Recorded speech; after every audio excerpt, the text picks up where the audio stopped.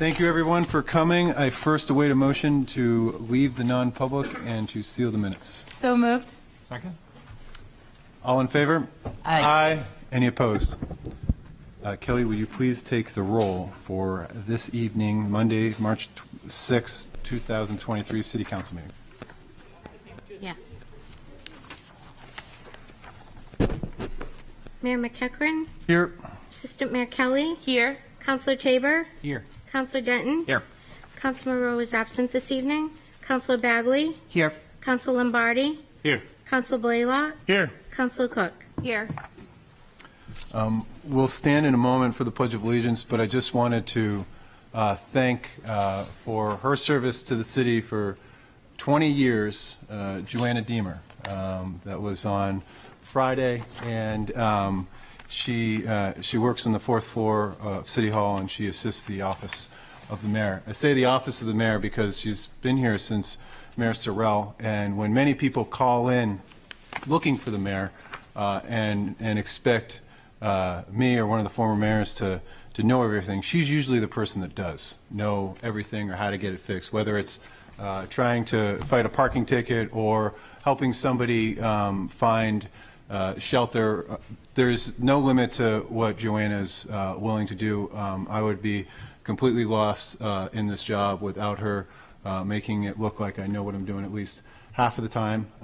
But I just wanted to take a moment to celebrate Joanna on her 20 years here. I hope she's I hope she's doing something better than watching at home, but maybe, but if you are watching at home, Joanna, thank you for everything that you do for the city. We couldn't do it without you. Thank you.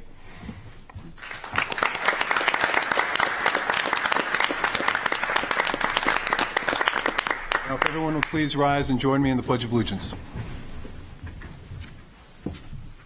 I pledge allegiance to the flag of the United States of America and to the republic for which it stands, one nation, under God, indivisible, with liberty and justice for all.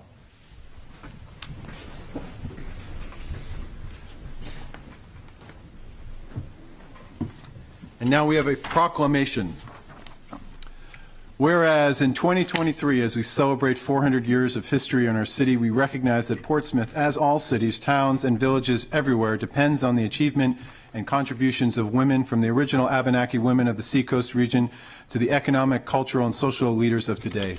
And whereas when David Thompson built a house at Odioin Point in 1623, or very soon after, he was accompanied by his wife of 10 years, Miss Cole Thompson. And we know that a woman named Patience Chadbourne Spencer was one of the first to arrive on board the ship Pied Cow that brought English colonists in 1635 to the settlement that would become Portsmouth. And whereas from those early days to now, women have made historic and everlasting contributions to Portsmouth as citizens, leaders, and champions of the philosophy that makes us the city of the open door, pushing the door open to the right to the vote and other social justice equities, holding the door open to their sisters, mothers, daughters, and fathers, brothers and sons, and advocating efforts and institutions that keep the door open for all who follow. And whereas Portsmouth has a particularly proud and distinctive history of women in leadership positions. Mary Carey Dondero began this legacy when she was elected as Portsmouth's first female city councilor in 1940, and then subsequently elected as our first female mayor in 1945. Her daughter, Eileen Dondero Foley, followed her trailblaze when she was elected mayor in 1968. Mayor Foley's tenure of character and competence is evidenced by her record of being the longest-serving mayor in Portsmouth history, serving our community for 8 distinguished terms between the years of 1968 and 1997. Mayor Foley was succeeded in this esteemed position by Mayor Mary McEachran Keenan and Mayor Evelyn Sorrell. This leadership surely influenced the many other women who have and continue to honorably serve Portsmouth as city councilors, board, and commission chairs. And whereas every year since 1987, the President of the United States recognizes the month of March as Women's History Month to celebrate the contributions women of every race, class, and ethnic background have made to the growing and strength of the United States, and to recognize the specific achievements women have made over the course of American history, including serving as leaders at the forefront of suffrage, abolitionist, emancipation, labor, and civil rights movements, And whereas today Assistant Mayor Joanna Kelly with Councilors Cook and Moreau have the entrusted by the residents of Portsmouth to continue this storied tradition, and the city is being skillfully led by City Manager Karen Conard, their first female manager in its history. And whereas we are resolved to affirm the city's mission to foster a diverse, fiscally sound, and harmonious community which offers a full range of housing, business, cultural, and recreation opportunities for all of its residents, business, and visitors. Now, therefore, I, Dagon McCachran, Mayor of the City of Portsmouth, on behalf of the members of the City Council and citizens of Portsmouth, do hereby proclaim the month of March 2023 in Portsmouth, New Hampshire as Women's History Month, and urge all citizens to learn, especially on our 400th year, about the essential contributions of women to the past, present, and future of Portsmouth. Given with my hand and the seal of the City of Portsmouth on this 6th day of March 2023.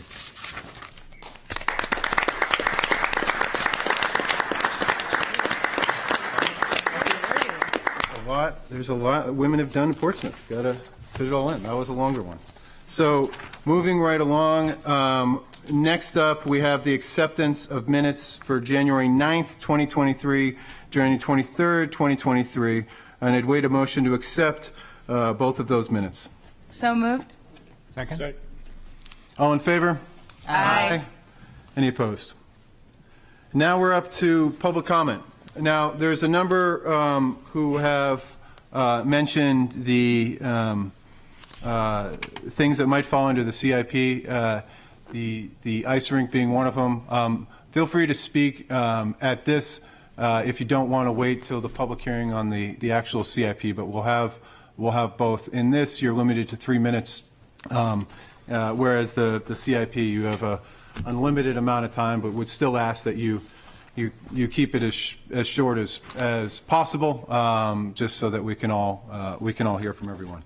And we do have Portsmouth residents go first.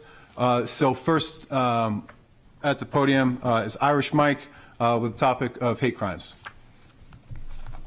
Hello. I was sad to see all the hate in Portsmouth last week. I would think at this day and age, after what what people's grandfathers went through in the 60s, that would be past it.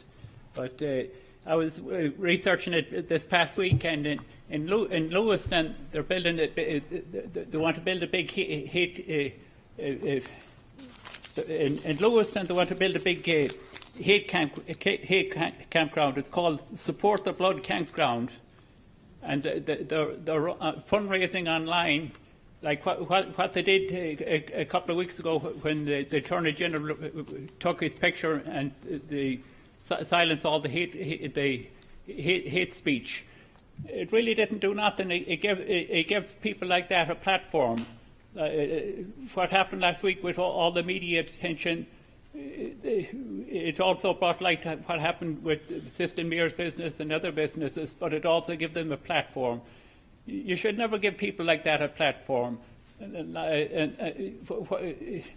we get rid of, unless they get rid of the online fundraising platform. Unless you get rid of all the online fundraising platforms, you'll never win. And like they should be in contact with the Maine governor and get that campground shut down and get all their fundraising platforms shut down. Or until that happens, it's going to get a lot worse before it gets better. And like what happened last week, I don't want to see that, and I don't think anybody really wants to see that happening again. Thank you. Thank you, Irish Mike. Can't really comment on what goes on in Maine. The city was committed and will commit to continuing to push back against hate in all forms as we see it in the city of Portsmouth, however. Next up, Esther Kennedy on the topic of historic preservation.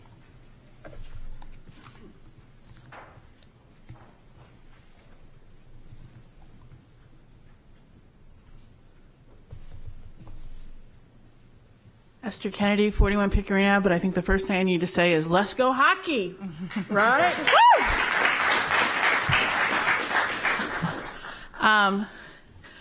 This week at the ACC, we had a sad event about a wall. And for some of you that might not understand the historical significance of this wall at 93 Pleasant Street, I would encourage you to listen to some of our city elders, because they do have the significance, they do have the information, and they do have the history. This same developer that's not only going to take down a wall of historical significance, which we know in this world today, there are many ways to save it if you're going to do construction around it. You see it in every country in the world that tries to save their history. Also took down a building called the Margate on Bow Street. It is up to you folks now. I sat up there for years trying to save our history. So, as our mayor said tonight, 400 years. But now it's up to you to save the history significance of this great city. Now, I guess you can choose not to. And you can ask or let developers just trash our city, and that's your choice. However, you're making a choice for the next generation and the generation after that and the generation after that. There were some great people that have saved our history over the years, hence the reason we are the Portsmouth we are today. They built Strawberry Bank when some developers and some federal programs were going to take people's property. They were able to move houses and save. They saved the Hill. So I ask you, what are you going to do to save history? This is a significant piece of history. And I'm hoping that you want to save history. And maybe you need to ask the developers to do their due diligence too. Thank you. Thank you, Esther. Next up, Matt Hester on the... Mayor, I signed up after Irish Mike. Oh, you know, you're not always right, Mark, but you're right about that. So come on up. On the topic of ethics.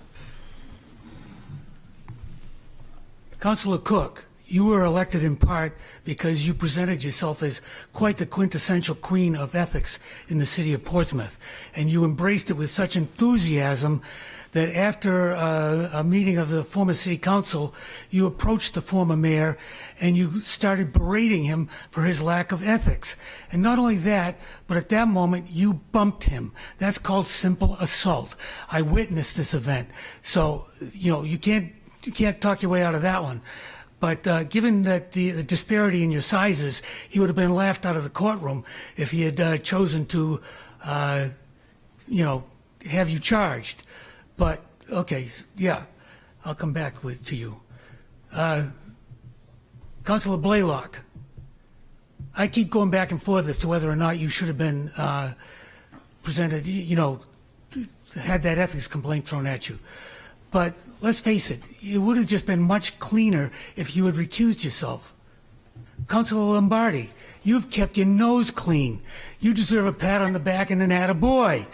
I got to tell you.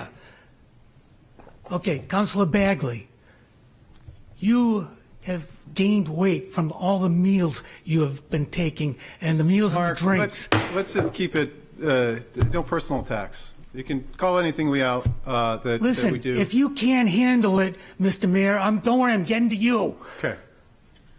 Okay, Councilor Bagley, you know, yeah, you've gained weight because of the free meals you've taken. The problem for you now is that if you deny taking them, no one's going to believe you. Mr. Mayor, you've been presented by Arthur and myself with several opportunities to quell this unethical behavior, but you chose not to.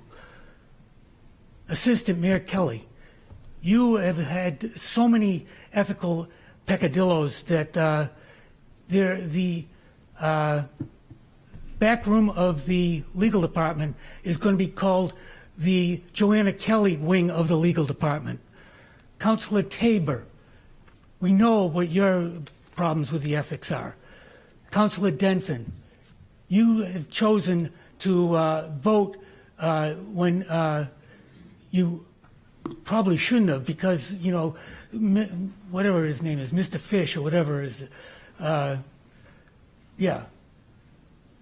What? Councilor Moreau, I was going to address you tonight because, I mean, the only problem you have is that your family is overrepresented on land use boards. But that in and of itself is not ethical, but you better be damn careful about what you do. Councilor Cook. Thank you, Mark. Lastly, what have you said? That's the second What bite have at the you apple. said or done to Mark. stop this? Thank you. Mr. Mayor, I can't help it if you can't handle it. I can, Most unethical city council I've ever seen. And I've seen quite a few come and go. thank you, Mark. Next up is Matt Hester on the Recreation Needs Study. Good evening, Council, and thank you for your time. My name is Matthew Hester, and I speak on behalf of supporting the indoor athletic facilities as well as the ice rinks. I've been a city employee since 1997, been a resident and owner since then. I've been coaching youth sports, specifically girls club hockey and girls club softball in our community, and I've coached many girls and their parents who are here tonight. I currently coach a girls club softball team in Exeter and a hockey team out of Exeter. As you know, Portsmouth High School girls hockey team is co-opted with Oyster River. They're one of the few only high school teams that have to actually have their outdoor practices, have practices outdoors, which is the hybrid location in Durham. They have a hard time getting ice, and they would be here tonight in support of the ice rink, but they currently are having practice. And I can speak on behalf of the boys hockey team, not to steal their thunder and their coaches. They also had a hard time last year getting ice as they headed to the playoffs last year. Throughout the years of coaching this town, I can tell you the benefits of having an indoor turf training facility and ice rinks. My daughter is fortunate enough that we will drive an hour to her training facility for softball in Westford, Massachusetts, and it's a shame we have to travel that far to get softball coaching. And we also drive 40 minutes to Andover, Mass for our summer skills clinics at Merrimack College. I can tell you there are many parents from our town in Portsmouth who are not able to commit to drives like that for their sports. They aren't able to participate due to the travel time and expenses to get facilities. Having an indoor facility in town will remove the barrier of travel for practices, not just for softball, but many other sports that have to contend to training in New England winters here. As of now, they would have to travel out of town and out of state to play other teams. And it's sad when I have parents who I coach and they ask me where they can go play club softball. And all club softball teams have indoor training facilities. When I speak of softball, I believe I'm speaking on a majority of the other sports that are here tonight. Club softball here in New Hampshire is approximately a 10-month commitment. We stop for about 2 months for our team, but it's hard to gain locations, and we currently have to play out of Phillips Exeter Academy, who gives us a deal to play in there. The high school teams that do have club sports, as well as the other sports that have club teams, see the benefits in their high school teams. The benefits of having indoor facilities and ice rinks bring softball, baseball, ice dancing, figure skating, the list goes on, would be beneficial to our high school teams. Our daughter played in a yearly Thanksgiving Day hockey tournament in the Cape every year. That was played out of 5 ice rinks on the Cape, and it brought 105 high school girls hockey teams from the East Coast from the United States to play every year. And I can tell you some of the kids I coached, their parents who own shops in town and businesses and restaurants would appreciate having that many teams here in the Seacoast. In closing, in talking to many experienced coaches in USA Hockey and softball, they would love a location such as Portsmouth to host yearly hockey in the summer as well in the winter and fall. So thank you. Thank you, Matt. Next up is Judy Miller on Portsmouth, New Hampshire 400 sculpture announcement. Is Judy here? You are. Oh, okay, then you don't have to. We have announced it then. It's here, and I know that Sue Thornton passed something out earlier for those at home. It is. We'll show it in a second. So, all right, next up is John Pendleton on the Rec Needs Study and Recreation Hockey. So I've been well, thank you guys for giving me the opportunity to And just speak. state your name and your city for My this. name is John Pendleton. I live in Portsmouth. I've been here since '04, though I wanted to be here a long time before that. I'm the assistant coach. We have both the other assistant coach, Scott Perkins, and the head coach for the boys varsity team.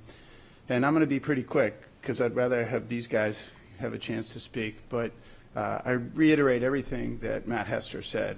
I drove kids for soccer, for baseball, for softball, all over the state of New Hampshire, Maine, and Massachusetts. And for hockey, I've been coaching youth hockey since my son was 5, and he played his last high school game for Portsmouth a couple weeks ago. We need a hockey rink. We can't get ice time. We had about 9 kids that had played organized hockey this year, and it was really hard because we don't have a feeder program. Next year will be better, but we're a Division II school that could barely field a team this year. Last year we were in the state finals. So those kind of facilities are essential to a healthy community. They're essential to our youth, to keep them busy. I would reckon it'll be very unusual for us to send kids to the NHL and to the NFL and to the Major League Baseball and other things. But it does give our kids something to do, and it's really important. So I hope that I've been through every one of the needs assessment meetings. I followed this project from the beginning. I hope we can expedite moving forward with some of the recommendations in that report. It's really important.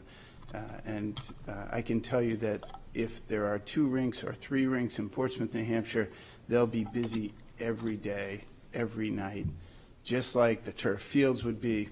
There was so much need for that in the area and the community, and it would be a huge boost to business. We've already heard from different people that organize tournaments and do things about what a great location this would be to host tournaments in the summer and in other periods where we'd be bringing more people to our community. So I hope everybody will support it. To me, there's a couple proposals out there, but to me, it's a no-brainer. So thank you, guys. Thanks for giving me a chance to speak. Thank you, John. Next up is Joel Brown on the Recreation Report. All right, thank you. Yeah, Joel Brown, 211 Union Street. I have the honor and privilege to be the head coach of these great young men that are here today.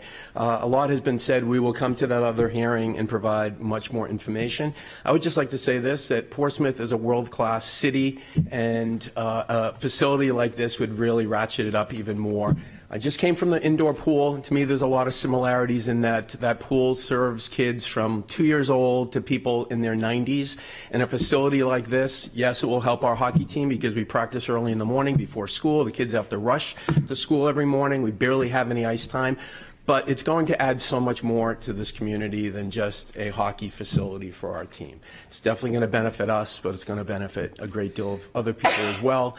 And I know there's an opportunity to do this that doesn't cost the city a lot of money. So we look forward to coming to the other hearing and providing more details and being asked questions about, about what life is like for a hockey team in the city of Portsmouth. Thank you for having this hearing this evening. Thanks.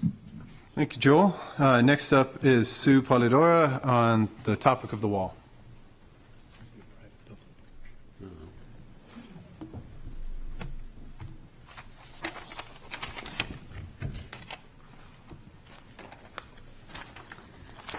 Hello, Sue Polidora, Middle Street. And I just would like to speak to you tonight about the wall located 93 Pleasant, that property.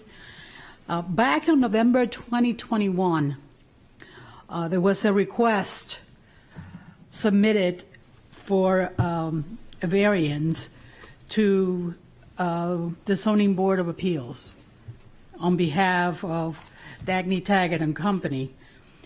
And the proposal had in it the majority, this I'm reading right from the statement that was presented. Majority of the existing granite retaining wall will remain in place. There will be a sidewalk area in front of the rear proposed addition with a small bike rack, etc. Now, this request, this variance was approved by the CBA at the time.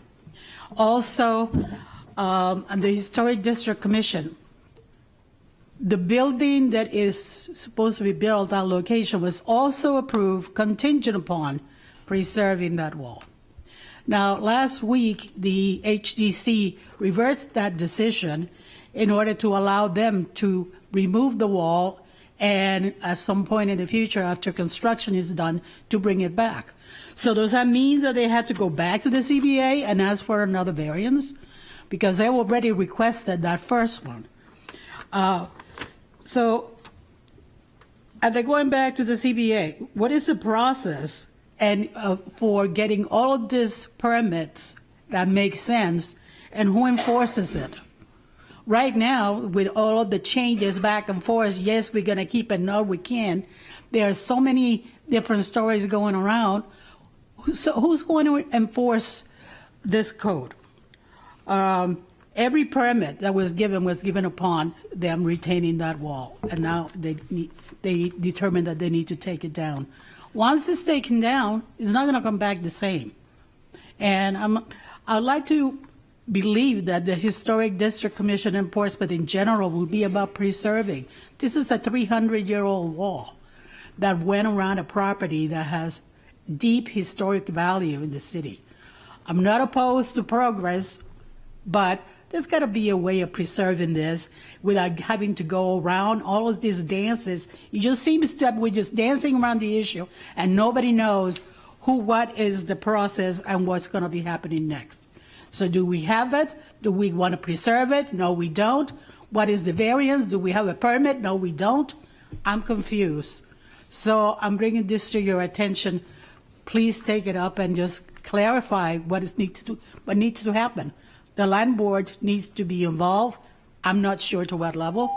Like I said, there have been a lot of different meetings, a lot of different changes. Please look into this. Thank you. Thank you, Sue. Next up, Peter Huda on the topic of the McIntyre.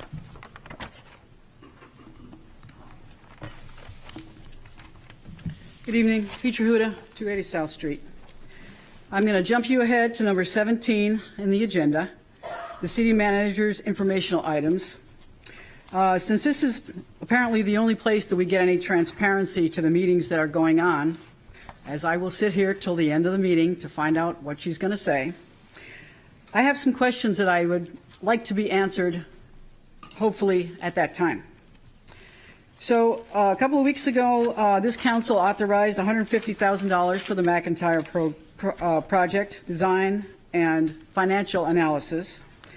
And according to the city website, we have 2 contracts totaling $27.5.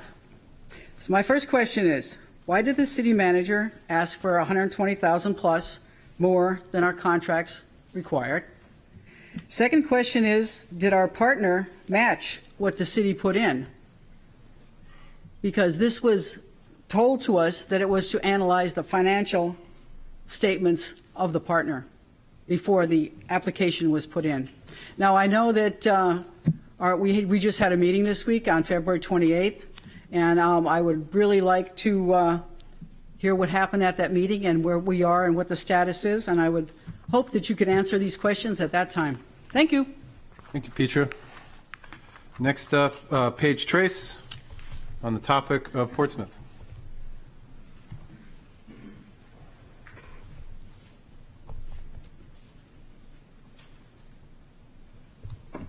Mr. Mayor, members of the City Council, with all due respect, sir, I suggest you look at that proclamation again. If Mr. Thompson and his wife were going to speak tonight, they'd have to wait all the way to the very end because they lived in Rye. With all due respect to everyone here from Rye, they are not from Portsmouth. Not in 1623, not ever. Thank you. Furthermore, it's a great proclamation. I applaud every woman in this room. But when you start to name 3 city councilors, one of them the assistant mayor, and the city manager by name, and you exclude sitting with you both Kelly Barnaby and the city attorney, and Suzanne Woodland in the back, and every other female volunteer in this city for one commission or land use board or the other, you run into trouble. there's nothing in there that applauds the countless hundreds of hours that the volunteers, women volunteers, do on your boards and your commissions and your blue ribbon boards. And there is nothing in there that applauds the work of the countless hours that either the city clerk puts in, the city attorneys, the deputy city manager. It's just 3 women that sit up there with you. And I ask you then to maybe consider having next month be the month of the volunteers of your city, or next month being the female volunteers or the female staff of your city, or the male staff. But somehow that proclamation just missed its mark. And I realize you didn't intend to do that. But having just been to an HDC meeting where I witnessed less than civil behavior, I'm a little nervous about what's going on in this city with the land use boards. And I think it needs to be dealt with. Thank you very much for your time. Have a good evening. Thank you, Paige. Next up is Dave Cosgrove on the topic of the rec needs study. Good evening, Mayor, City Council, City staff. Dave Cosgrove, 174 Echo Ave. I just wanted to take a moment to quickly reiterate support for Matt Hester. Matt's dedicated his life to public service, and he is an incredible coach. I had the honor of having him as a coach for my daughters in softball. The softball season is very short without an indoor opportunity. We did our best to get by at the New Franklin School, throwing the ball back and forth in a small gymnasium. But it definitely put us at a competitive disadvantage, and it's put our town at a disadvantage. As most of you know, I'm involved with lobbying for a skate park that's finally coming to fruition this summer. I feel like the ice hockey team, there's some parallels. They've been operating without a home. They deserve a home. Let's give it to them. And I guess one other angle, I don't want to be redundant, is the entertainment value. I mean, I love watching hockey. My family loves to watch hockey. We go to see the UNH team play a lot. It would be nice to have a venue in town for all of us to rally behind these guys. So don't underestimate the entertainment value.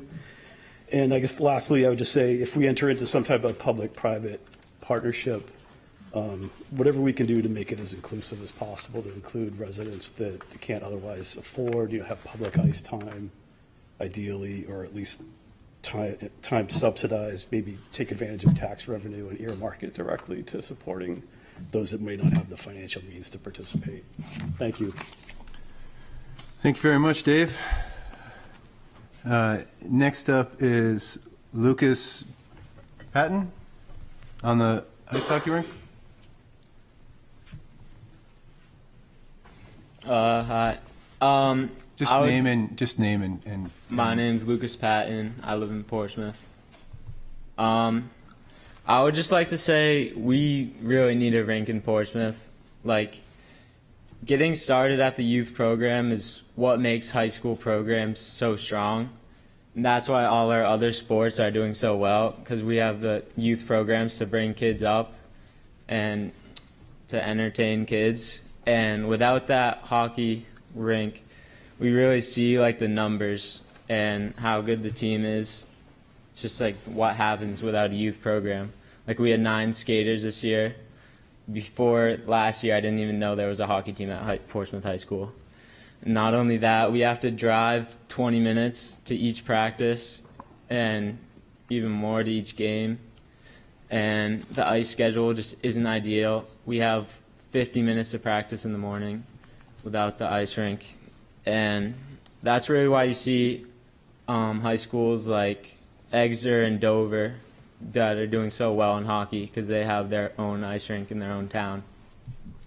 And I feel like a town like Portsmouth, with as big as a high school as we have, we definitely deserve an ice rink, because we have everything else for every other sport. Ice rink is really all we need, and that would help our hockey team strive. Thank you. Thank you, Lucas.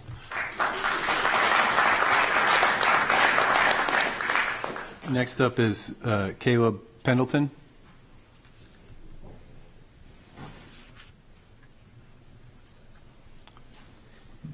My name is Caleb Pendleton. I've been a Portsmouth resident all my life, and I've been playing hockey since I was 5 years old. Throughout youth hockey, I was committing to Haverhill, Boston, Lawrence. We were driving really far for games, practices, and I know for a lot of families that's not possible. And hockey has been a huge part of my life, and for some kids to be limited to that because they can't get rides there doesn't seem fair. So I think having a rink in Portsmouth would be really important, not just for the high school team, but having a rink in Portsmouth would make it a lot easier for kids to play high school hockey. Playing high school sports is a huge part of high school, and some kids don't experience that. So I think Portsmouth definitely needs to have a rink. Thank you. Caleb.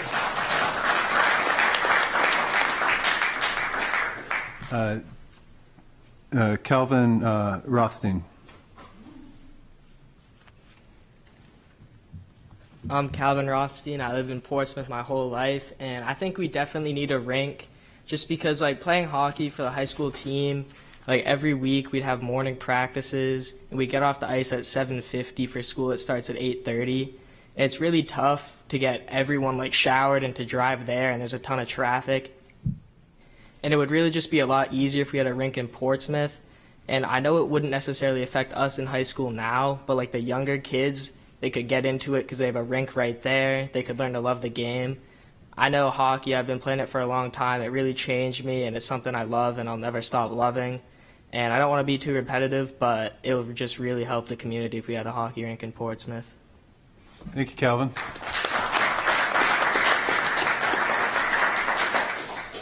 Chase Conadin. Hi, my name is Chase Conklin, and I live in Rye. All of the topics that I was going to talk about have already went over, but just to kind of go back over them, I feel like we'd really benefit with a hockey rink in Portsmouth because going out to Dover in the mornings and only getting a 50-minute practice and then getting back to school 30 minutes late is not very ideal for us. And just like having a rink in our community would just bring everyone together, and it would like build a passion for younger kids to join the hockey team and play a lot more because I used to play, but I'd have to go to other places for Pee Wee and also skiing. I just had to quit because it was too much, and there wasn't a close rink nearby. So I just really think having a closer rink would make a lot more kids want to play. So like that. Thank you, Chase.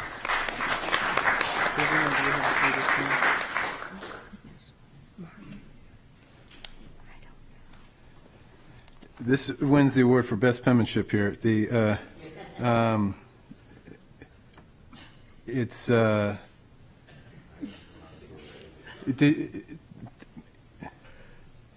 Ethan, who signed up after Chase and before Caden? All right. Some work on this penmanship. What's your name? I'm Aiden Mareka. Aiden Mareka. Yeah. All right. What's your name? I moved to Portsmouth like 3 or 4 months ago to play hockey here, and I was also pretty confused when I had learned that the rink wasn't in the town that I was playing for. So obviously, like what they said, I'm just going to be going over it again. Driving 20 minutes to Dover in the morning to go to a practice isn't great for anyone trying to get back on time for school. It's not easy to do. That's it. Thank you, Aiden. Next up is Caden. I'm Caden Glayette. I live in Rye. Most of the points have already been covered, but what I can say is, especially after a hockey game and everything, I'm pretty hungry. And when you get into like the 107 team tournaments that most rinks will host yearly, I mean, that's a lot of mouths that are going to eat at local Portsmouth restaurants and everything. So not only would it benefit all the teams to have a rink, but it it would also bring some money into the community through like food sales and everything. Thank you. Thank you, Caden.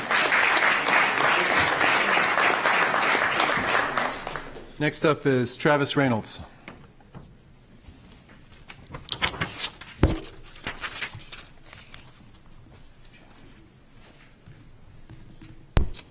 Travis Reynolds, Portsmouth, New Hampshire. So good evening. I've lived in Portsmouth most of my life, and I graduated from Portsmouth in 2017. And I played hockey and lacrosse there all 4 years. So I can speak directly to the effect of not having an ice rink in Portsmouth. And like these guys have said, like it makes mornings earlier, nights later. You got to drive. You got to schlep your gear. You don't have a locker room. I actually remember my sophomore year, junior year, we got kicked out of our locker room. So we had our locker room in Exeter, and then we lost it because the team came in. And it's kind of embarrassing not having a locker room, not having a rink in your own city. Like the guy just came up said, right? It's a little confusing that you don't have a rink in your own city.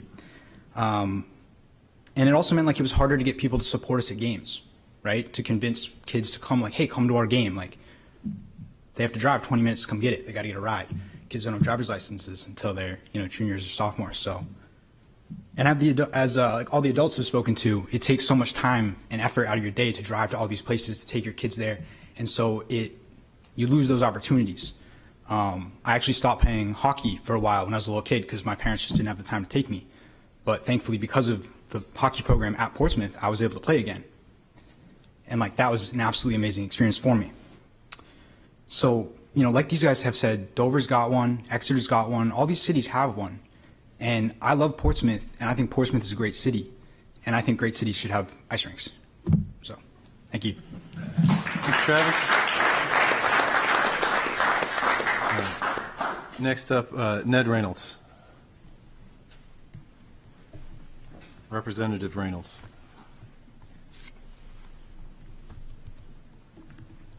Well, I don't know. That's a tough act to follow. But Yes. yes, Ned Reynolds. Lived in Portsmouth since 2001, and I remember not too long after we got here, I remember writing a check for a fundraiser for something called the PREAC, Portsmouth Regional Ice Arena Committee. I think it was led by former school board chair Kent LePage, exploring the idea of, bringing an ice rink to Portsmouth. Yeah, obviously that didn't happen, but 20 years at least or more, folks have been thinking we should have an ice rink in Portsmouth.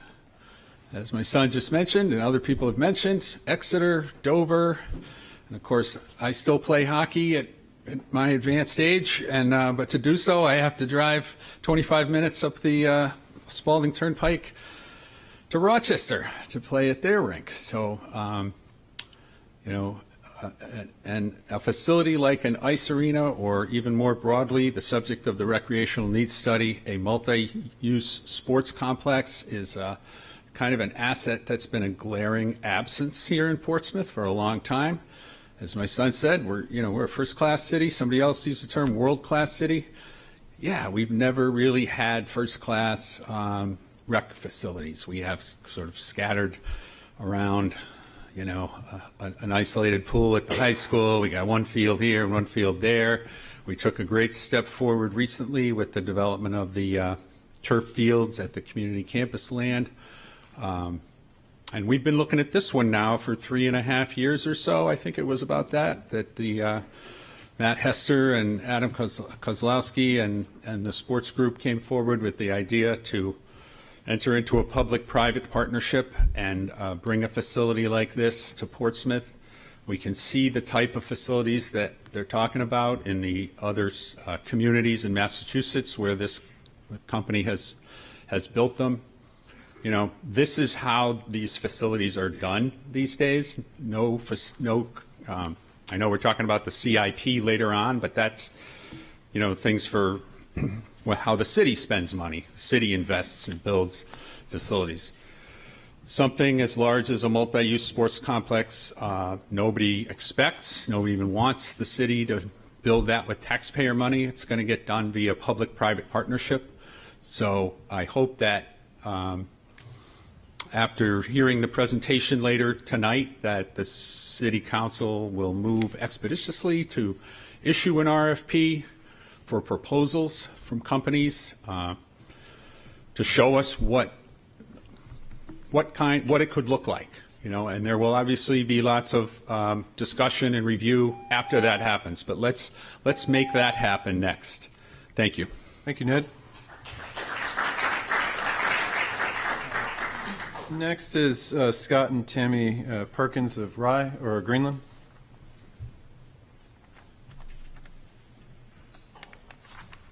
Hello, my name is Scott Perkins, and I'm from Greenland. And I did, I guess, what Judy did. I thought I was just signing in on a guest list, but here I am. So welcome. I'll say a little bit. I am an assistant with the hockey team, the Portsmouth High School hockey team. I had two boys that went through all their sports careers in Portsmouth. I coached Little League baseball, Babe Ruth baseball, I think for probably 10 years, and I've lived in the Seacoast my whole life. So.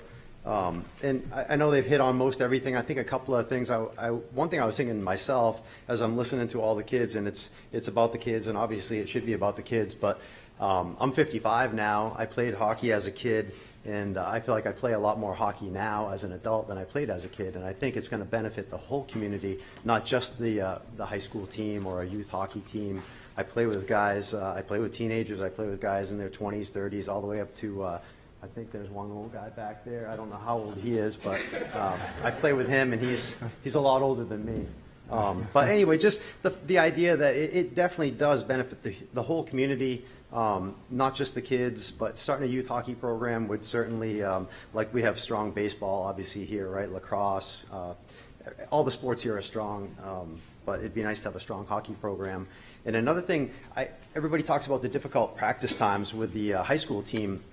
And I don't think anybody's pointed out the reason for that. The reason for that is Exeter has so many teams playing out of there that we couldn't even play there anymore. Portsmouth got kind of squeezed right out of there, ended up in Dover. Dover has so many teams playing out of Dover, their own teams, Berwick, St. Thomas, teams from all over, that we're kind of on the low end of the totem pole there. So we get stuck with all the practice time that nobody wants. And that's why the kids are practicing early in the morning before school and trying to make it back to school, or it's that or no ice time at all. So there is a huge need for ice surfaces in the Seacoast area, and seems like a great place for it. But that's all for me for now. Thank you. Thank you, Scott. Last speaker on the topic of affordable housing, Ross Laurenza from Raymond.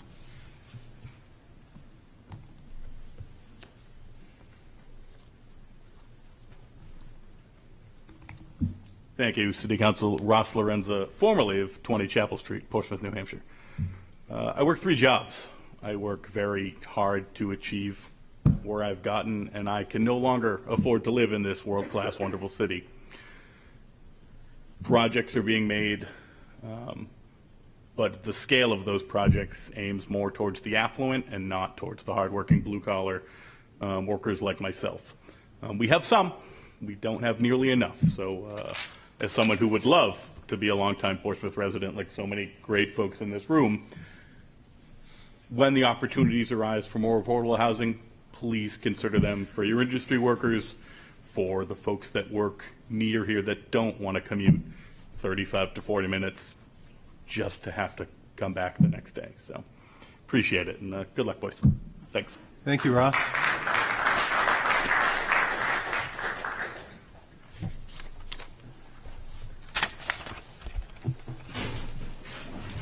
Oh. Ooh. Good, Ross? There you go, Ross.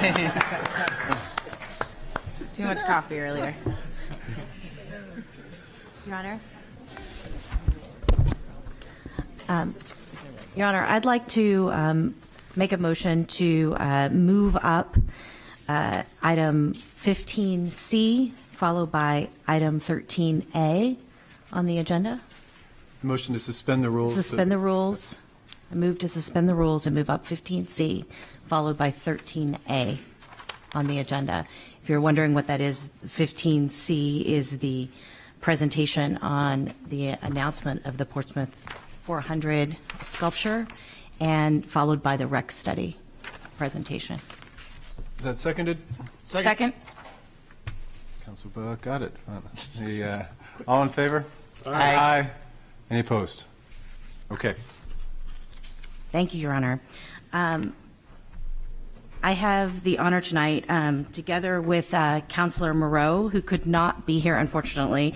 I think she's really sad to miss this meeting and this opportunity, given all the work she's done for the Portsmouth 400. But I have the honor of announcing tonight the sculpture that was chosen by the Portsmouth, New Hampshire 400 as a legacy project for the city of Portsmouth. First, though, I want to thank the committee that worked so hard to review and choose this piece of art. They gave not only their time, but in many cases, they gave money also to support the effort. Tonight, we have a few of those here in the audience. I want to name them if I can. Ernie Greenslade is here. Judy Miller is here. Nancy London is here as well, I believe. I also want to thank Sue Thorenson, who I'm not sure she's still here, but made a significant contribution with her husband, Bob, in support of this project. The sculpture will be placed in the Bohinco Gateway Park, welcoming what residents and visitors alike as they enter the city from I-95, the Route 1 bypass, or even over the Sarah Mildred Long Bridge. And the project was chosen for more than 40 designs submitted by 30 artists with submissions from all over the globe. It's 22 foot tall and a stainless steel sculpture. And hopefully the city manager can bring it up for you now. I present to you Endeavor by artist Sijia Chen. It'll be installed in the Portsmouth Bohinco Gateway Park, located on the waterfront across from Albacore Park, in case any of you here don't know where that is located. And Sijia's concept was revealed last Thursday night by the committee and to major donors of this project. I should note again, Bob and Sue Thorenson made that reveal because they were significant donors to the project.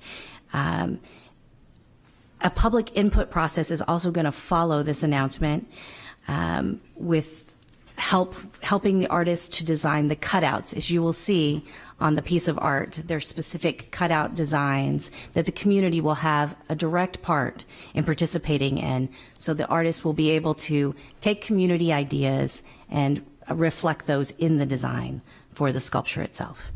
So with that said, I want to ask the women who are here tonight to please stand up if they can, just so that we can thank them personally for the work that they have done.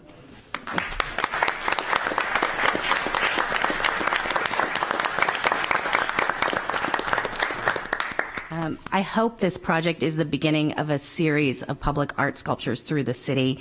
And I know the committee feels the same way, that Bohinco Gateway Park can actually accommodate 6 to 8 different pieces of public art.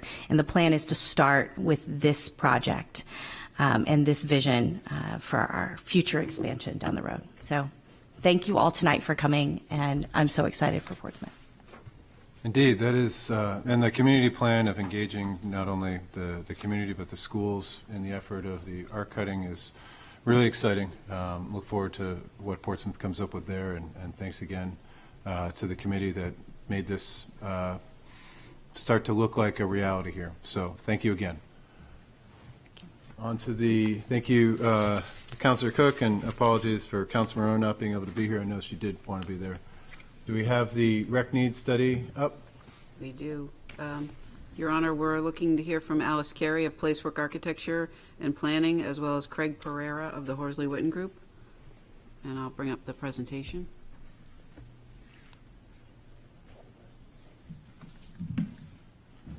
Hello, thank you.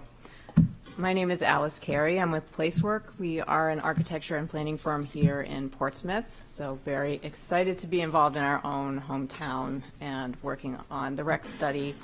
I have with me also Craig Pereira.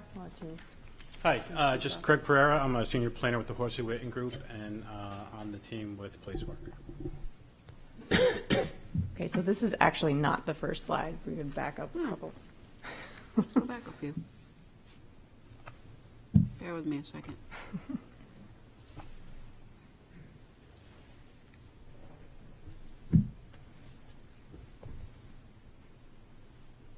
There we go. Okay, thank you.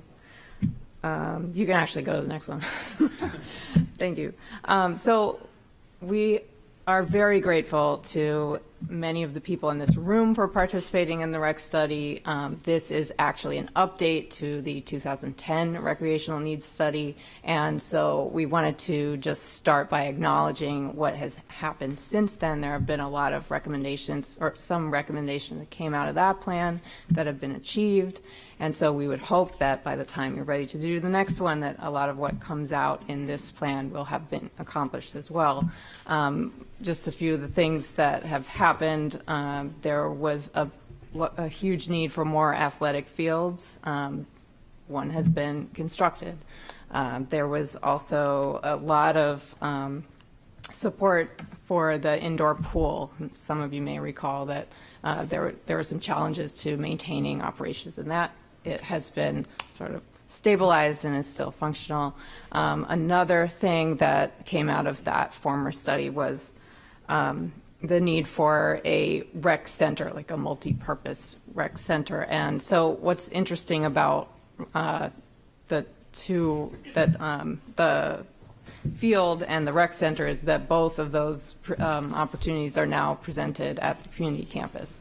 So that's an exciting development. What we want to talk to you about is just kind of take you through our process that we went through with the rec study and just kind of give you an idea of the purpose and sort of what we would want the outcome to be, which is a framework for which to make decisions about recreational needs, so that when a project with broad public support comes into the fore, that you will have the right tools to be able to make decisions about whether or not that makes sense for what the community needs right now. So I would just say we're going to go through our process a little bit, and then we're going to talk about kind of what went into the final report, give you a few glimpses of what that looks like, and then finally briefly talk about the recommendations that came out of it. So next slide, please. So I'm just going to sort of start where we ended, and we'll come back to these. But what we did was really try to put together like I said, a framework for decision making. And these are some guiding principles for which you would kind of be able to evaluate potential projects. I won't read off every single one of them, but I'll start by saying equity was a really big goal of this plan, to make sure that access and distribution of recreational programs is happening and continues to happen. Connectivity, take a look at existing sites for recreational needs. If a project comes up, how can we utilize what we have to satisfy that need? Communication was also a really big concept that we want to bring forward here. So communication between departments, there's to make sure there's efficiency and no overlap, but also look for partnerships, not just inside the city, but also public-private partnerships. Passive recreation came up frequently, and then promote climate action. That's a goal of the city as a whole, so just kind of promote that within recreation as well. And then finally, and maybe most importantly in some respects, position the community campus as being the central hub of recreation for Portsmouth. So that purchase has a really strong role in the future of recreation. Next slide, please. Our process included 4 major steps, and I just want to say that there's a lot that goes into kind of figuring out what the recommendations ought to be. And the first step, which sometimes feels like it takes a long time, but an important one, is to really gather raw data and analyze it, look at demographics, look at kind of a mapping of all of the facilities, and really look at the programming. It maybe compare it to other communities, which we did a little bit of. So the existing conditions analysis, followed by a really important piece where we engaged with the community. So we did 2 surveys, online surveys, and 2 workshops. And then finally, using those 2, the data and then what we hear from the community, we were able to create a needs assessment that went into the recommendations. Next slide, please. All right, so I'm going to pass the mic to Craig, who did a lot of the kind of raw data gathering and analysis. Thanks, Alice. Next slide, please. So just as Alice mentioned, just to talk about our process a little bit, one of our first steps was to utilize the National Recreation and Parks Association standards to come up with a classification system for the city's existing parks and recreational amenities. That didn't exist until we started this effort. So we took the study sites from this needs analysis project and put them into different categories, from community parks, neighborhood parks, playgrounds, historic parks, mini parks, and special use areas. And by doing that, it fits into a system of definitions and what the different uses and the different sizes are. But it also serves as a starting point for the city's database that they can build off of after this project moves forward. Next slide, please. So it also, doing the parkland classification system also enables us to do a number of different analyses. So this first one is a climate change analysis. So by classifying parks and recreation sites by the NRPA standards, we were able to utilize a geographic information system, or a GIS platform, which is a mapping exercise where we can plot all the different sites on a citywide map. And then National Recreation and Parks Association has offset radius to each of those different sites. So a community park, for example, would have a 2-mile radius or service area around it. A neighborhood park would have a half-mile.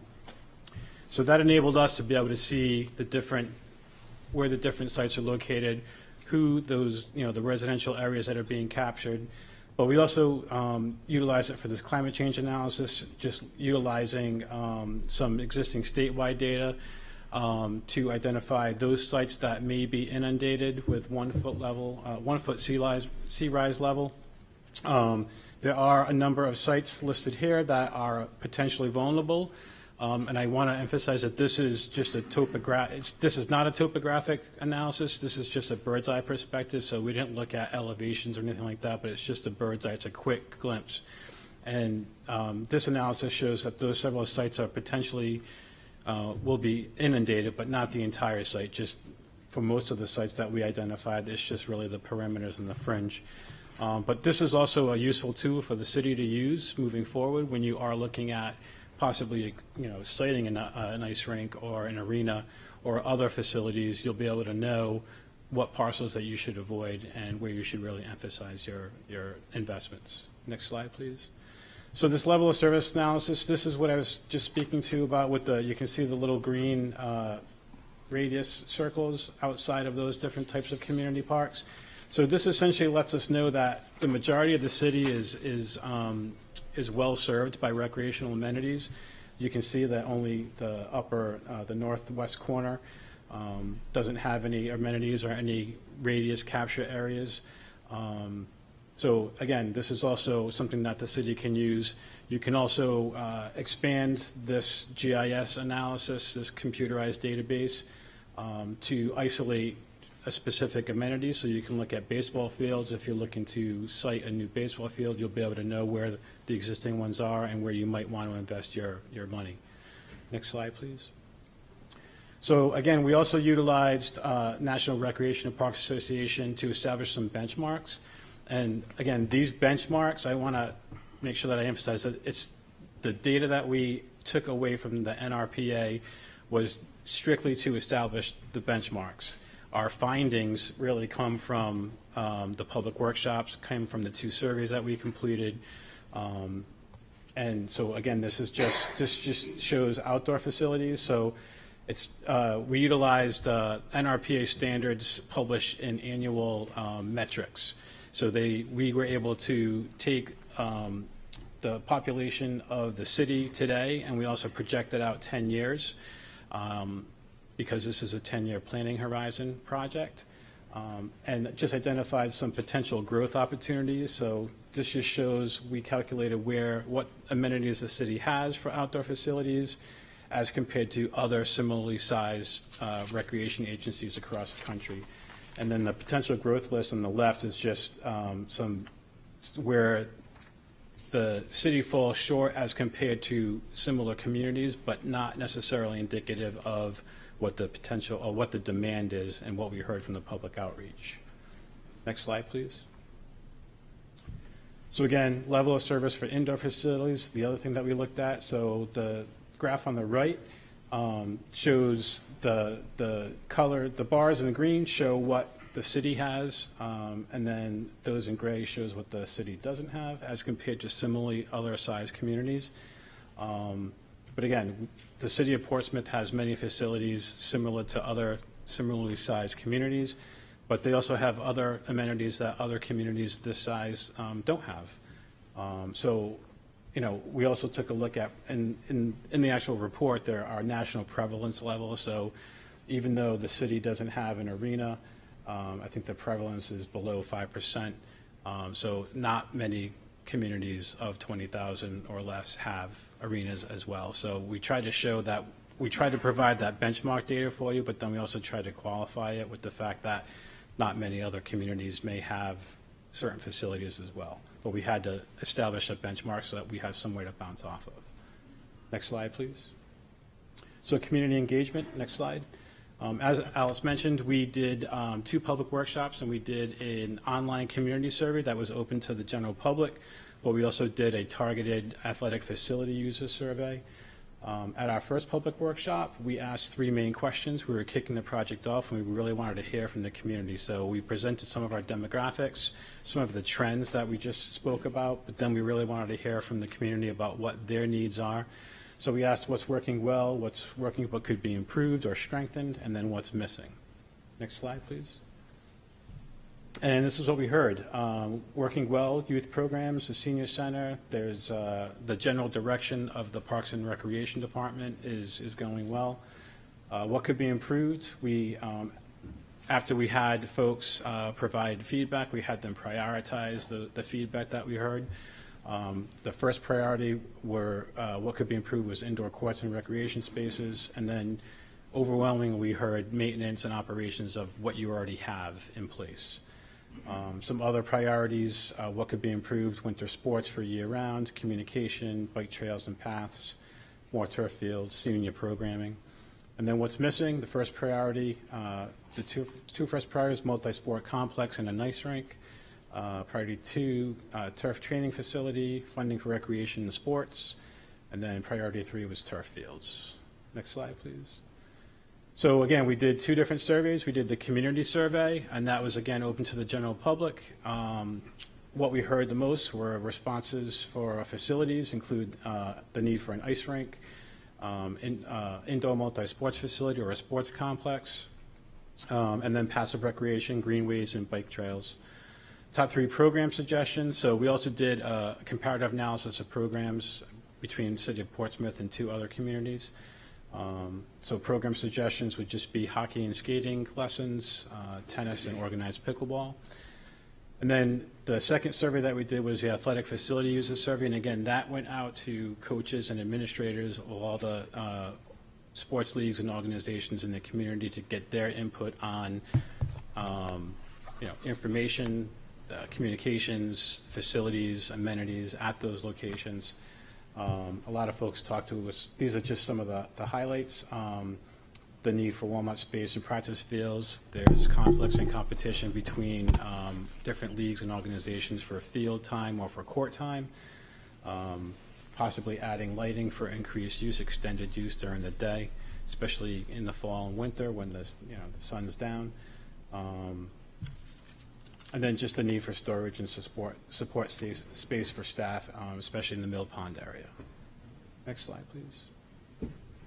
So then Public Workshop 2, we had in November. So we essentially took all the feedback that we had from the first Public Workshop, from our online community survey, as well as our athletic facility user survey, and we grouped them into these different categories highlighted in the top. So facilities, policies, information, communication, and protocols, maintenance and stewardship, amenities, programming, connectivity, and mobility. Then we also narrowed those recommendations down into park-specific recommendations. So at that public workshop, we had a brief presentation of our findings, and then it was really just like a gallery-style event where people could mill around to different stations. And what we wanted folks to do at the public workshop was to let us know what the priorities should be based on all of our research, all of our data, and all of our findings. Next slide, please. Can you go back one? Yep. So this is just a summary. So indoor facilities, and you have the number of responses next to the different items. So indoor ice rink and arena, multi-purpose sports complex, teen center, and a couple of others. Under amenities, folks are looking at adding restrooms or comfort stations or improving those, improving playground equipment at facilities, and then adding lighting for safety and extended use. For outdoor facilities, folks are looking for splash pads, more turf fields, outdoor pools, multi-purpose fields or soccer and football. And then some other things that we heard from folks, just improving what you already have before you start building new or thinking about acquiring new property. Improving connectivity. A lot of folks talked about being able to go from a residential area to the closest park in their community, in their neighborhood or in their area. But also connectivity throughout the city through bike paths and walking paths. And then the last piece was just an emphasis on nature and sustainability in retrofitting existing sites, but also when you're considering locating or siting new sites as well. Next slide. I'm going to turn this back over to Alice. So just to close on those two sections, I'm hoping that all of that, because I know it was a lot, kind of gives you some confidence that there was data and there was public input that all went into what ultimately came out as a needs assessment. And what that entailed was sort of synthesizing all of that and grouping it into groups that made sense in order to be able to, have a concrete set of actions that could fall into a certain set of goals. And it just was a sort of well-organized way to do that and move forward on some of these actions for the next 10 years. So next slide, please. Just back to those guiding principles, I won't go over them again, but just to say that's the touchstone for every project and every kind of initiative that maybe will come to rise to the occasion. If it's meeting a lot of those objectives, then it's going to be a positive project. And then if things are sort of not quite, meeting a climate change or a human health kind of initiative, then maybe they don't make as much sense, or we need to look at them more carefully with that lens. So just to say, the guiding principles are kind of everything that allows those decisions to be made in a way that is supporting all of the data that we found and all the things we heard from the public. Next slide, please. So again, those areas of focus, those other categories that were a part of the public workshops, we kind of further sorted into three main categories. So community engagement, communication, preservation, growth, and stewardship, which really included a lot of the facilities recommendations, and then finally connectivity and mobility. So all of you'll see in the report, actually next slide, please, there's a set of really those three categories that have strategies and actions that go along with them. So in those, they're kind of sorted in a way that's digestible and kind of easy to find projects that may rise to the forefront. So next slide, please. All of those goals and objectives look like this. So there are the main categories like preservation, growth, and stewardship. There's a goal associated with that, and then several strategies which are broader with actions that feed into them. So I'm not going to read that because it's hard to, but I think you get the idea. I will say that we have the indoor facilities one up because I feel like I should point out that the first and second actions that go into that goal have to do with looking at high demand facilities or things that we heard a lot about throughout this process, like the indoor ice rink, a multi-sport complex, and really sort of doing due diligence to make sure that those are right for this community and that they could kind of survive the litmus test, I guess, of all those guiding principles. Next slide, please. So there's been a lot said here. I sort of tried to summarize what those 3 categories came out with in terms of recommendations. I don't think I should read all of those, but I will say sort of in the topic of community engagement and communication, a lot of what that one is making sure departments are talking to each other, and then also talking to the market, trying to find out how partnerships can support recreation, and we don't have to do everything on our own. Preservation, growth, and stewardship, as I said, that's kind of the meat of the recommendation. All the facilities recommendations are there. And then finally, connectivity and mobility. We heard a lot about this, and I don't want to leave it behind, because when you talk about equitably serving the population of Portsmouth, a lot of that means being able to get from one facility to another, get from your home to a rec facility without needing private transportation to get there. So that was an important one as well. So I'm going to go to the next slide, and I'll end there. And if there are questions, I'm happy to answer them, or I might need to pass to Craig. Thank you very much. Thank Any you. questions? Councilor Boyle? Thank you, Your Honor. And I'd just like to thank Alice and Craig for their presentation, all their hard work. I'd also like to thank everyone on the rec board, Rec Director Todd Henley, our Chair Carl Deemer, and all the members of the rec board, and everyone that participated in this study. That is the important part of this. Without your participation, all this hard work kind of goes to waste. So thank you all for who has participated in this, made it a successful study. So thank you very much. I just wanted to say that. I had a question, and thank you, Alice and Greg. And maybe it's for Greg. You seem to be the data guy in terms of putting in the numbers. How are we to look at, for example, Portsmouth's attempts for like the outdoor facilities? We don't check people's identification at a pickleball court in the summertime, and our town grows from 23,000 to some say 60, 70,000 people. How do we account for, I guess, the demand loading when we do have an influx of people that enjoy Portsmouth in the warmer months for some of the outdoor recreation activity? Well, I mean, I think the only way that you can sort of get a handle on that is through your reservation system. So through the recreation department and how people reserve facilities, whether it's a field or whether it's a pickleball court. I think that's really the only way, unless you're going to have, I don't think you have the capacity to have staff at sites. But I think that's one way that you can better understand who's utilizing your facilities and who actually has access to reserve those spaces. Is that?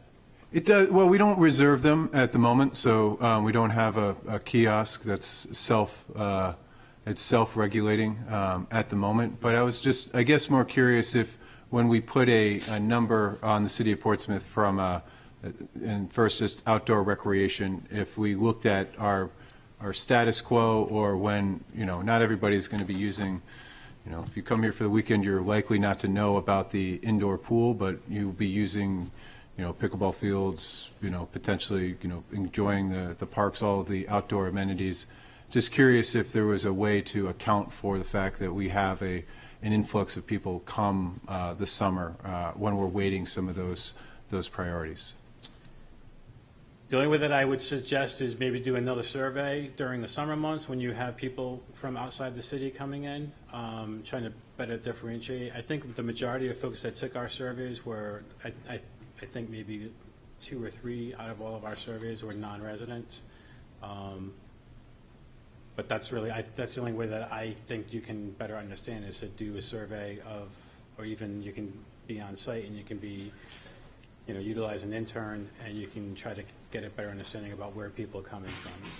Okay, and then just one more follow-up on the, when it comes to the hockey rink and looking at, that seemed to be a large demand in terms of the feedback. In terms of the cities and towns our size, about 6% of cities and towns our size. Is that geolocated where hockey might be more popular, or is that just I guess? There's a national statistic, so it's not geolocated at all. Would it be able to, is it possible to break that down to, say, New England, or at least, I would have to maybe- take a look at NRPA metrics again. Okay. But Thank that's you. something that's published on an annual basis. And again, it's served its purpose in our study to establish those benchmarks because we have to be able to start from somewhere to measure. But all of our findings and all of our summaries are really based on what we heard from the community. Great. Yeah, and I think it's worth saying that, the national data is just kind of one way to evaluate. We're hearing a lot from the community about one project. How do we stack up in terms of how what other communities are offering? So it's really just one part of the picture. And I think the recommendation in the report is basically to further study that market and, compare ourselves maybe in a finer way to what other communities are offering. Thank you. Any other questions? Seeing Councilor Cook. Thank you, Your Honor. I don't know if this is a dimension you've looked at, so if you haven't, that's fine. We have serious space limitations in Portsmouth as far as places to put things. When you looked at those recommendations, is there a way for the rec board to take that away and prioritize? Because I know that there were recommendations like 3 adult softball fields, 1 youth softball field, 2 adult baseball fields, 3 youth soccer field. I mean, it's a lot of fields, and we have very, very limited space. Is there a way for the rec board to take this information and help prioritize the way they make decisions or recommendations back to the council? So those recommendations are for potential growth, and I wanted to make sure that we emphasize that that's just a comparison against other similarly sized communities across the country. That's not what we're suggesting.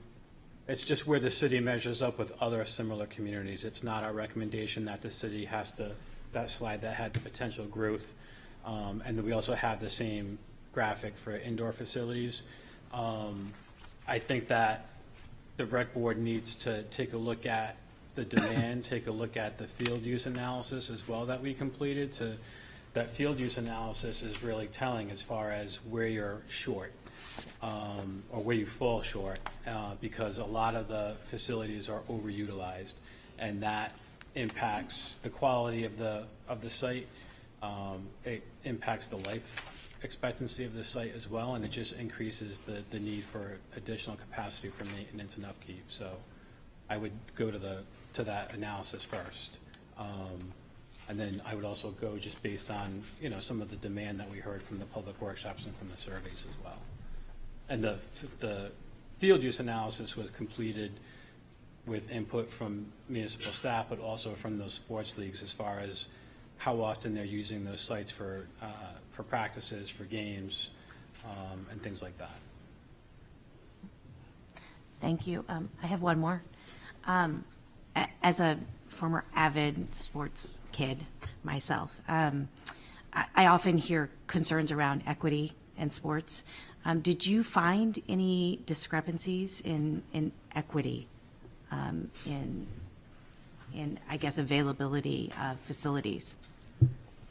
I would say we heard about that a lot in the workshops and on the survey responses. And a lot of it was not necessarily from, the people that maybe were underserved, but it was more from their coaches or from people who had witnessed kind of a discrepancy, I guess. And so there are recommendations in the report for scholarships. The connectivity piece is a big one. Just being able to get from one place to another is another thing.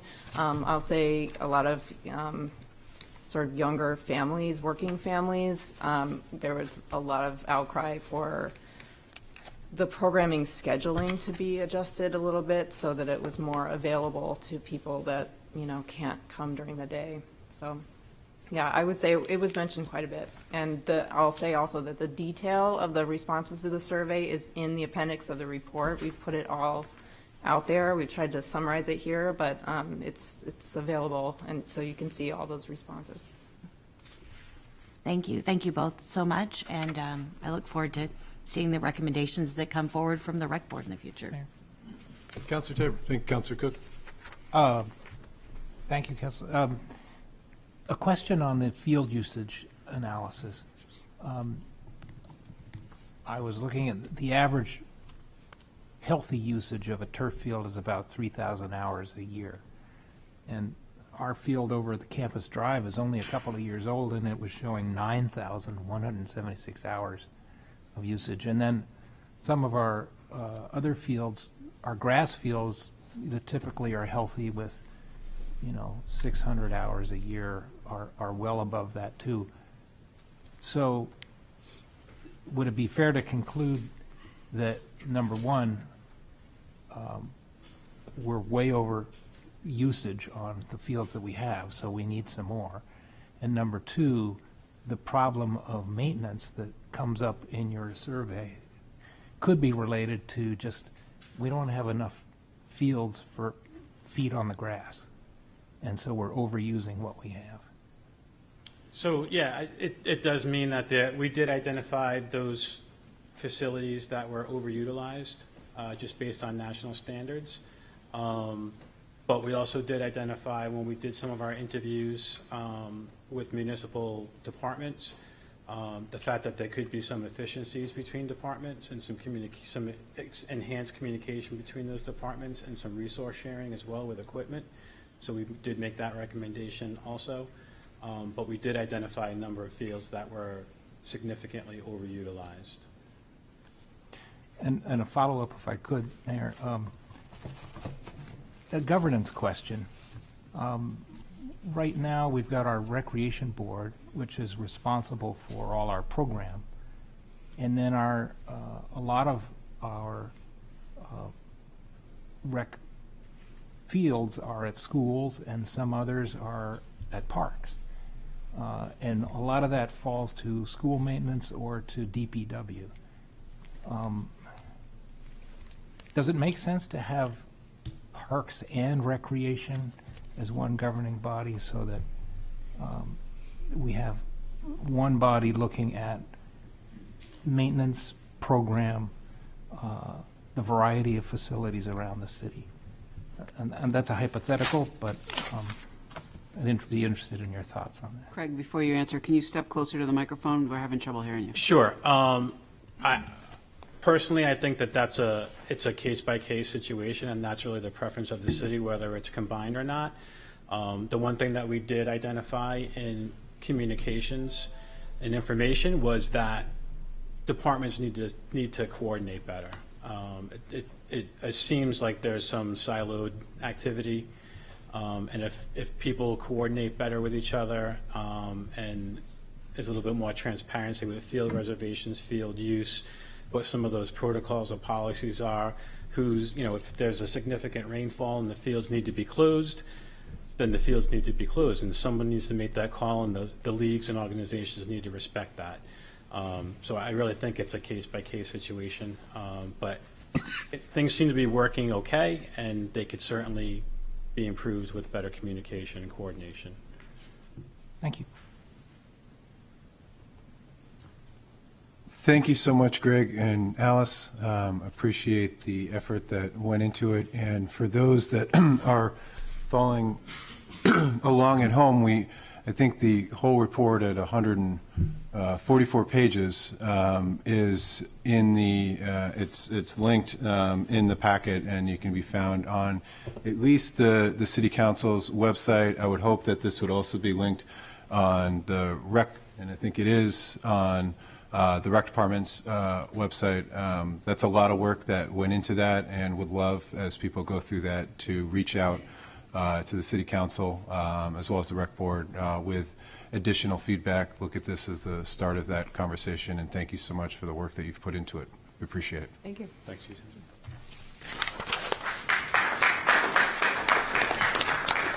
All right. We have been here since earlier for a non-public, and I got across to use the restroom, so we're going to take a 7-minute recess and come back. Thank you.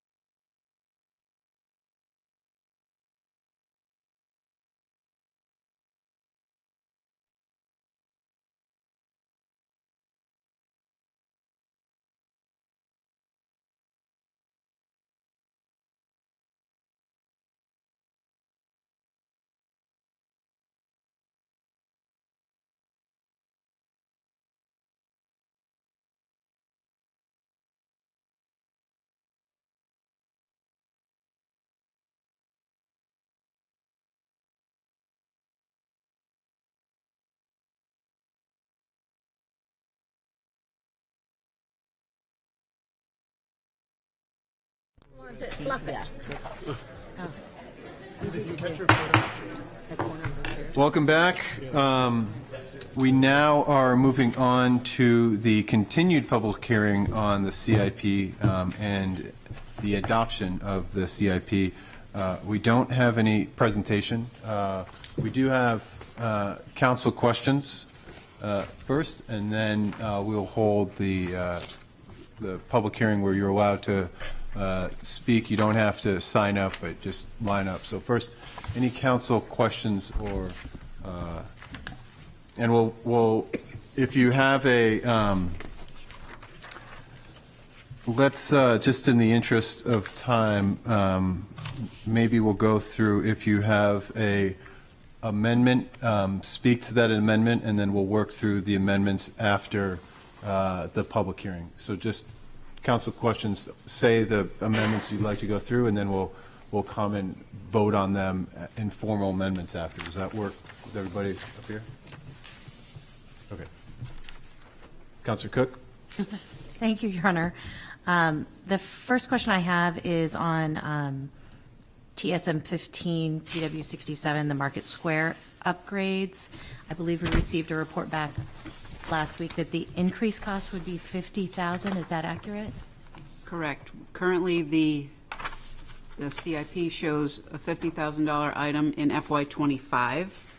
So if understanding the desire is to increase it by a total of $100,000, you might want to move the $50,000 that is in FY25 up a year and add $50,000 to it, if that is the intent.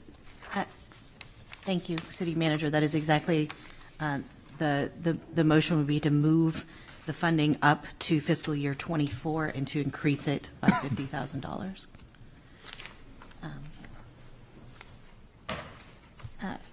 And then I have a second question on, did we ever find any numbers on the South Mill Pond Playground for just the piece of, just the playground itself, upgrades for ADA accessibility?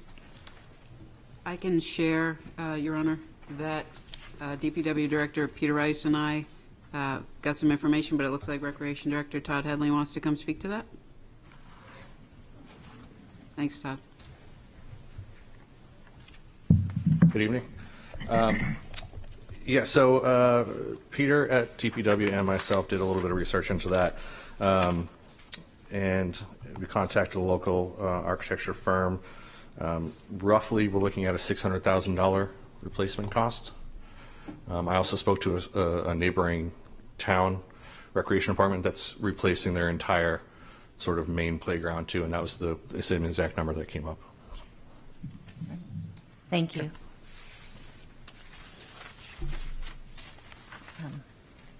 Then, Your Honor, I'm... And just, sorry, one more follow-up on the playground. Was that a part of the request for congressionally directed spending or not? It's going to be. The deadline for which through the Senate is this Friday, and through the Congressman a week from today. Great. So, Your Honor, I have a second motion to move just the playground piece of the South Mill Pond project up and leave the remainder of the funding for the rest of the project in its current fiscal year, but move that up to fiscal year 24 as well. That's to dovetail with the donation we've received as well. Okay, question for the city manager on that. How would that affect, improve, or hinder, or nothing at all for our request around congressionally directed spending? We could mention it as a match when they ask what city resources are brought to bear on a particular project. We can mention it was part of the CIP to be included in the budget conversation. Okay.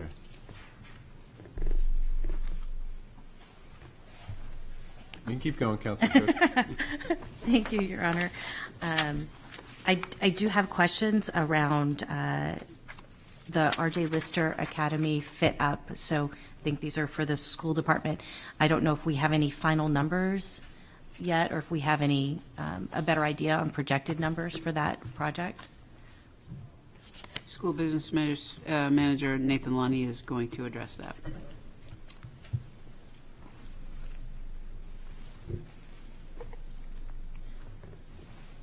Good evening, Mayor, councilors. Councilor Cook, it's a great question. I guess my candid answer is that I don't have anything that is definitive today that's any, certainly we have better information, and I would tell you that in numbers that I shared recently with the city manager, right now I expect that the request could be as much as a couple of $100,000 lower. So if I may just take a couple of moments, let me tell you that JSA has worked with us. We've done a schematic design. We're working now on design development. So we have worked with staff. We have together worked with staff and contemplated what's needed. JSA pulled in a third-party construction firm, asked them to do a project estimate, and they did, and they continued to place the range of costs somewhere between $200 and $260 a square foot. Which continues to leave us somewhere between just shy of $3 million and just over $3.5 million for the project, which is certainly greater than we had anticipated when we contemplated this, but that's where they've put the market. I reached out to an additional construction firm, asked to corroborate those numbers, and it seems to be where the market is. So we'd be hopeful that we would bring that number down as much as possible. If I could continue to talk for 30 more seconds, I would just tell you, we've identified that we can retain a number of existing walls. The office suite inside the door against the glass, the office suites will be maintained or retained as they are. We'll harvest and use existing doors inside. We're harvesting and reusing the LED lighting that was upgraded recently there. Mechanical systems are still in place. We'll have to rework the ductwork to match the space as it's newly configured. Same is true with electrical and with fire safety systems. And we're working right now to reconsider plumbing to limit any retrenching or trenching that would have to happen in the existing concrete foundation. So we're doing what we can to bring the numbers down. Right now we are headed out to an RFQ to find a construction management partner.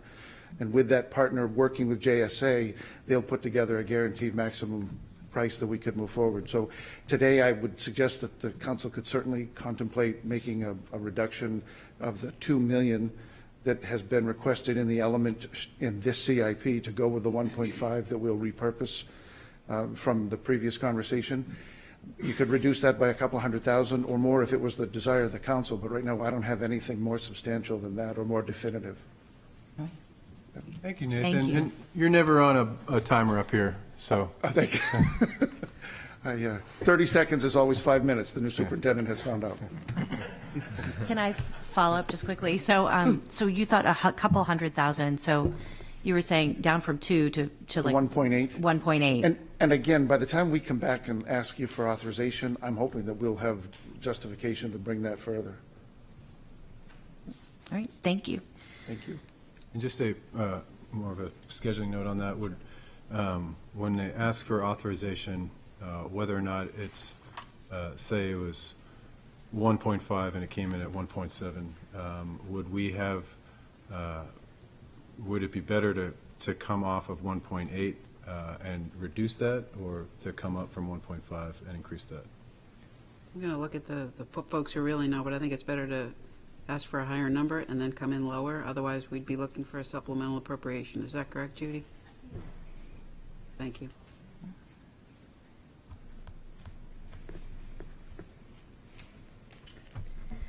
All of the resolutions for bonding has the wording of up to. So even if it's 1.8 million or 2 million, we would only bond what we would need. So if it came in lower, then we would only issue the bond for that amount. Thanks, Judy. Okay.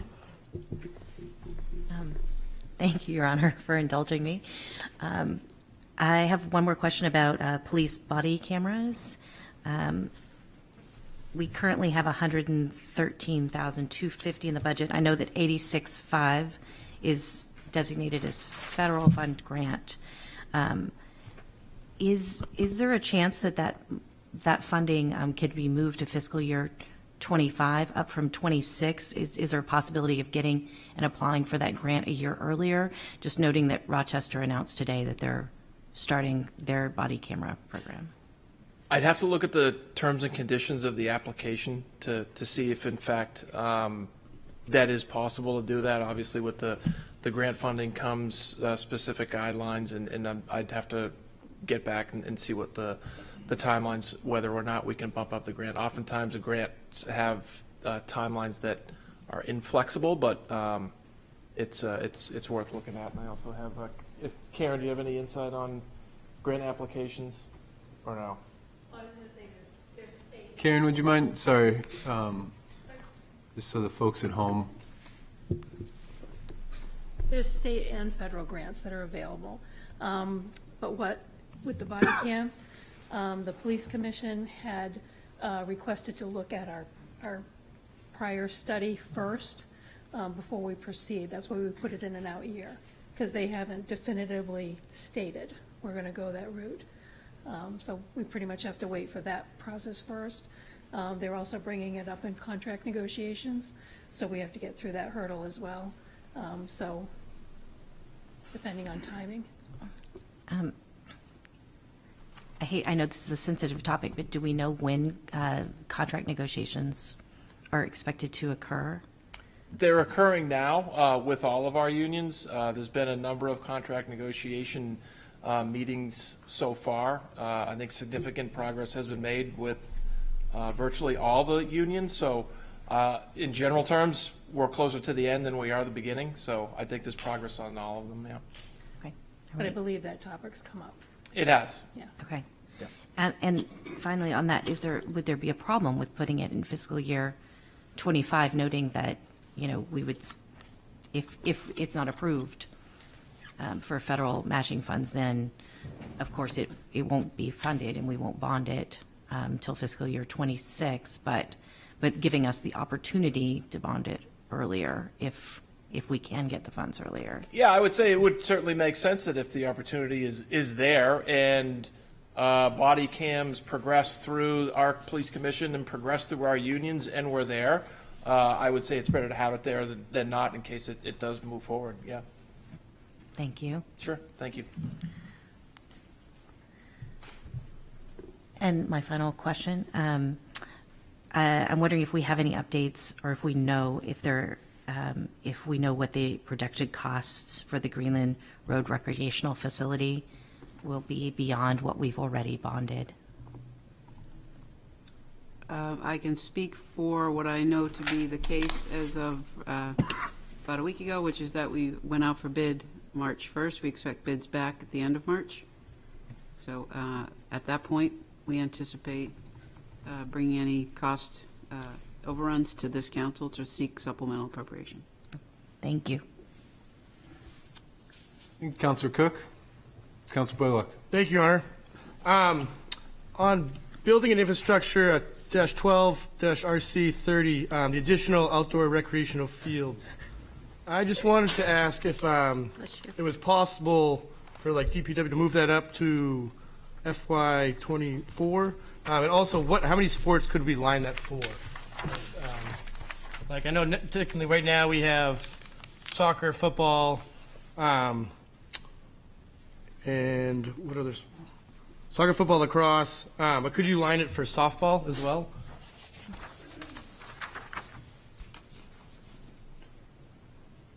That might be a question for Todd or Peter Rice. Both making their way. Which one is it? Additional turf field. As far as I understand, it could be lined for softball and really anything that you'd like them to do. Yeah. No, that's correct. It does. You would need to configure it in such a way that, if you're playing softball in the area, the foul balls and things like that are managed. So in the direction you're hitting. Right. So it would need to be included in the design. Yes. Okay. Thank you.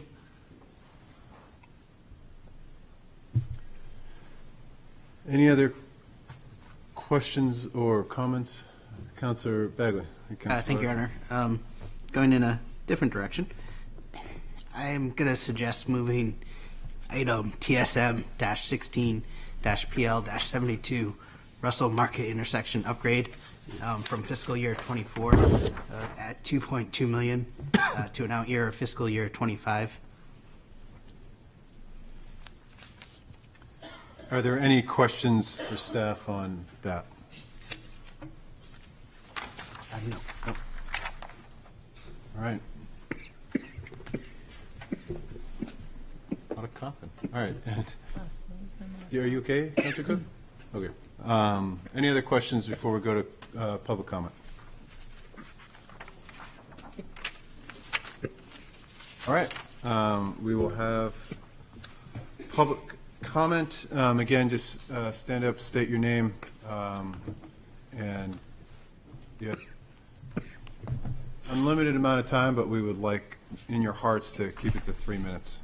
We're not putting the timer on. I like unlimited amount of time.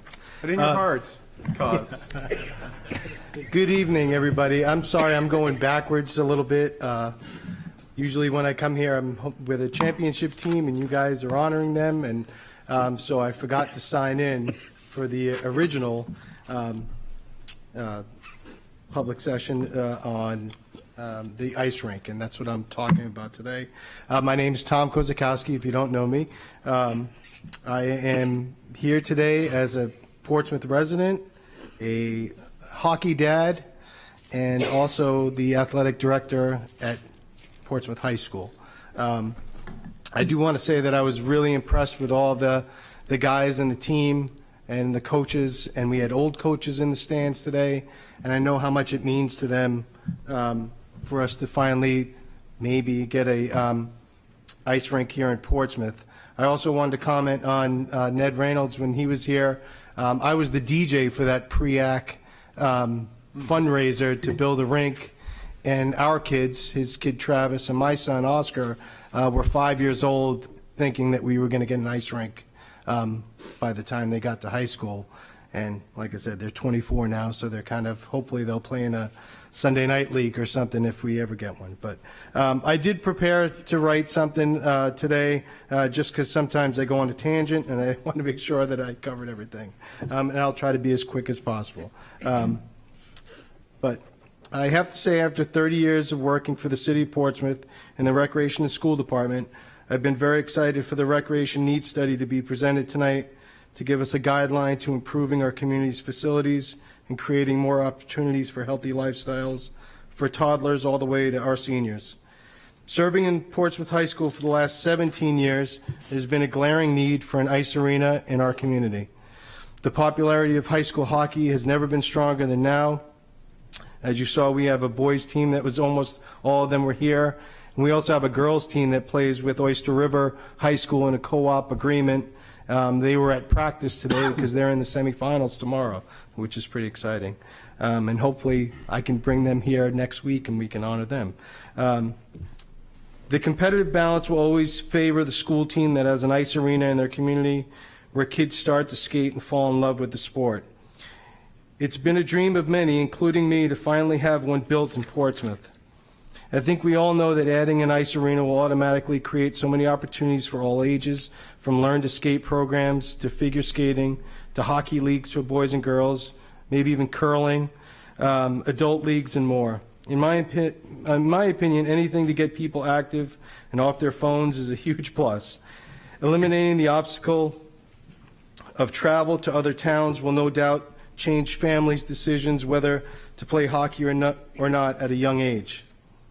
I would hope that when looking at adding an ice arena in Portsmouth, our opinions and decisions aren't based on the failures of the ice rink in Newington that we had here over 30 years ago, and instead we used a more forward-thinking approach of what the Recreation Needs Study has determined, and a trust in the business model that has been presented by the Rec Board to the City of Portsmouth.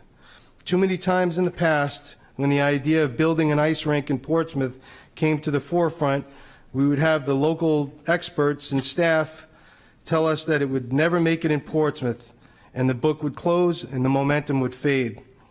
I still have not seen any data to tell me why it wouldn't work. It has been successful in Dover, Durham, Exeter, and Rochester. Why not in Portsmouth? Maybe 30 years ago, the Newington ice rink wasn't properly managed to succeed. But to base this decision solely on the failed business in the 1980s shouldn't be a reason why an ice arena wouldn't thrive in Portsmouth in 2023. So thanks a lot. Thanks for your time. Have a good night. Thanks, Gus.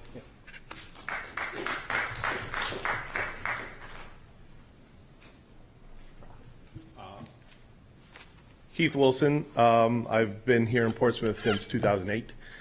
Parent of two. I have a 2010 hockey player. So I'm a big proponent of building a rink here in town. And I'd like to give you three sort of examples as to why. So I'll start with my 13-year-old son who plays on the 19th nationally ranked hockey team out of Salem, New Hampshire. And a day in his life, tomorrow morning, Tuesday morning, we'll wake up at 5 o'clock. We'll go down to the rinks. He will skate with a skating coach for 30 minutes with two other boys on a full sheet of ice. And we will race back home, shower, and go to school. He will come home from school. His coach will pick him up and take him to Salem, New Hampshire. They will practice for 90 minutes. After practice, they'll get off the ice, and then they'll have off-ice workout for another 45 minutes to an hour. And he will come home around 9:30, and he's 13. He will repeat this on Thursday, except Thursday mornings it's skills, and it's not just skating.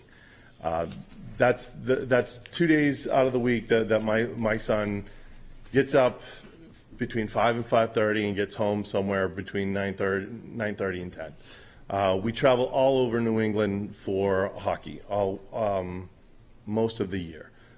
He skates and does skills 46 weeks out of the year. That's to be competitive on his team. The commitment that these boys make is phenomenal. Was not a hockey player growing up. Now I'm a legitimate hockey dad, and I'm all kinds of crazy, like we read about, and I love it. Every weekend is better than the next. So the second part of this, the next story here, or part of the hockey family, is our hockey budget is roughly between 15 and 20 grand a year. Half of that's travel. We go to Chicago. We went to Cleveland this year. We've been to Toronto 2 or 3 times. We've been to Niagara half a dozen times. Buffalo, Montreal, Tennessee, and Florida to play hockey. My kid loves it, so we just keep saying yes. It's an illness, and it's a disease, and it's the greatest time of his life. So a rink in town would definitely have an impact for him. He would be able to skate more and take advantage of that. It would be closer. It would be a little bit easier on mom and dad. And we talk about trying to have or build a competitive team. The number one thing for a competitive team is access to ice time. The kids that play basketball have access to the hoops all summer long. We've got lots of gyms around town. Got tons of programs. They're never going to be competitive without access to ice.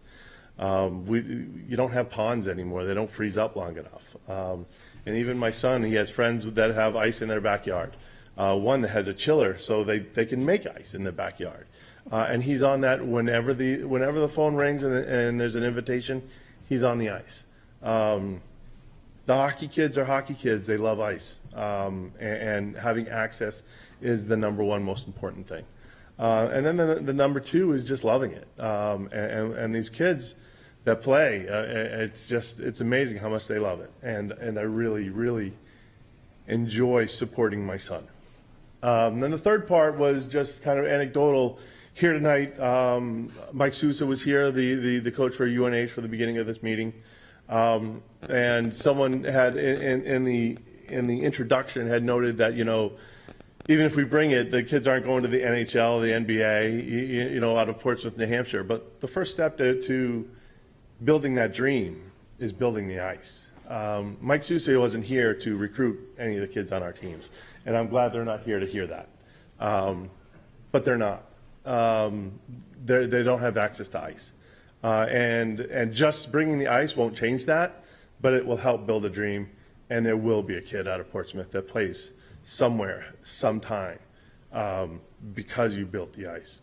And those are my three things. So I'm hoping I did it within 5 minutes, and I appreciate your time. Thank you. Thank you. Thank you, Heath. Any other folks like to speak on the CIP? You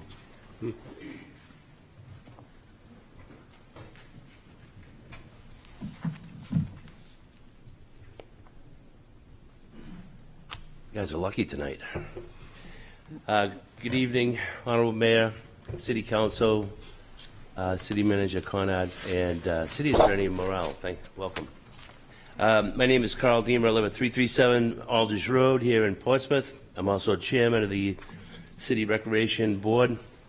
I wanted to go ahead, just take a moment to, talk about the presentation that you saw tonight. I know you just got kind of a snippet of it. It's pretty in-depth, and I hope all of you take a moment to really look through that. I know it's got a lot of good detail in it, and it's really just kind of tells me the same thing I knew in 2010. And as far as Portsmouth's concerned, as far as facilities, fields, things like that, I think we've just been kind of catching up. Because we really didn't do a lot in the 70s and 80s. We didn't do a lot in the 90s here. Right, Richie? And we didn't do a lot in the 2000s as far as, building facilities and having fields and things like that. So, we're just kind of, I think that now's the time to do something. Now's the time to, we made a great step building one field out on the campus. And I think that looking forward, not just for hockey, but for a lot of different reasons. All right, for hockey, you look at an arena has multi-purposes to it. It can be covered over. It can be used as a theater. It could be used as an amphitheater. It could be used as a concert theater. There's a lot of things that you can change it to accommodate Portsmouth's needs. Also, having an indoor turf, very, very valuable for all of our teams, and that includes adult teams, as well as, we have those pickleballers out there that would love to have an indoor place to go play in the winter. And so I just, I want to really, hope that everybody could take a serious look at this. I know it's already been voted on with the last council to go forward with an RFP. And I think that even Mayor McEachern at that time wanted to go ahead and do our due diligence by, ordering the, the assessment to make sure we cover all the bases and get plenty of public input. I think we've reached that point. I would like to go ahead and go further with requesting a work session with the City Council sometime this month, so we could go ahead and discuss further action on this item, so that we can go ahead and move the ball down the field a little bit more than we have. We've taken about a year and a half to go ahead and get this assessment done. It's finished. We have the facts. We have all the information we need. I think it's just time we need to move forward and put an RFP out for looking for a public-private partnership that'll be hugely beneficial for the residents and taxpayers of Portsmouth, where it won't increase our taxes and it won't cost the residents any more money. So if we could go, I appreciate your support and I appreciate all your hard work. Sorry you had to listen to somebody first thing early in the meeting, but a lot of people out here do appreciate all your work, all your efforts, and all the time you put in with this. Being a council is not easy. I know you punch a lot of time on the clock. So I also want to thank Councilor Denton for the work he's done on the veteran tax increase. Being a veteran myself, I appreciate it, and it helps. It's a little bit, so every little bit helps. And thank you, Councilor Blaylock. If we could go ahead and move that the budget item further ahead on another field, because obviously we've already at 70% usage on that all year round for that field we already have. So we're using them. We certainly could use another one. Thank you for your time. I appreciate it, and have a good night. Thank you, Chairman Demon.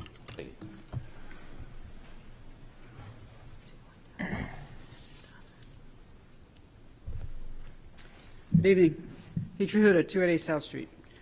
So we're at the end. I came to every one of your meetings. I asked questions.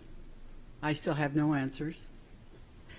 I thought tonight you'd at least toot your own horn for how much you decreased the budget as far as CIP. We had a decrease of a significant amount at Peace because we moved it out.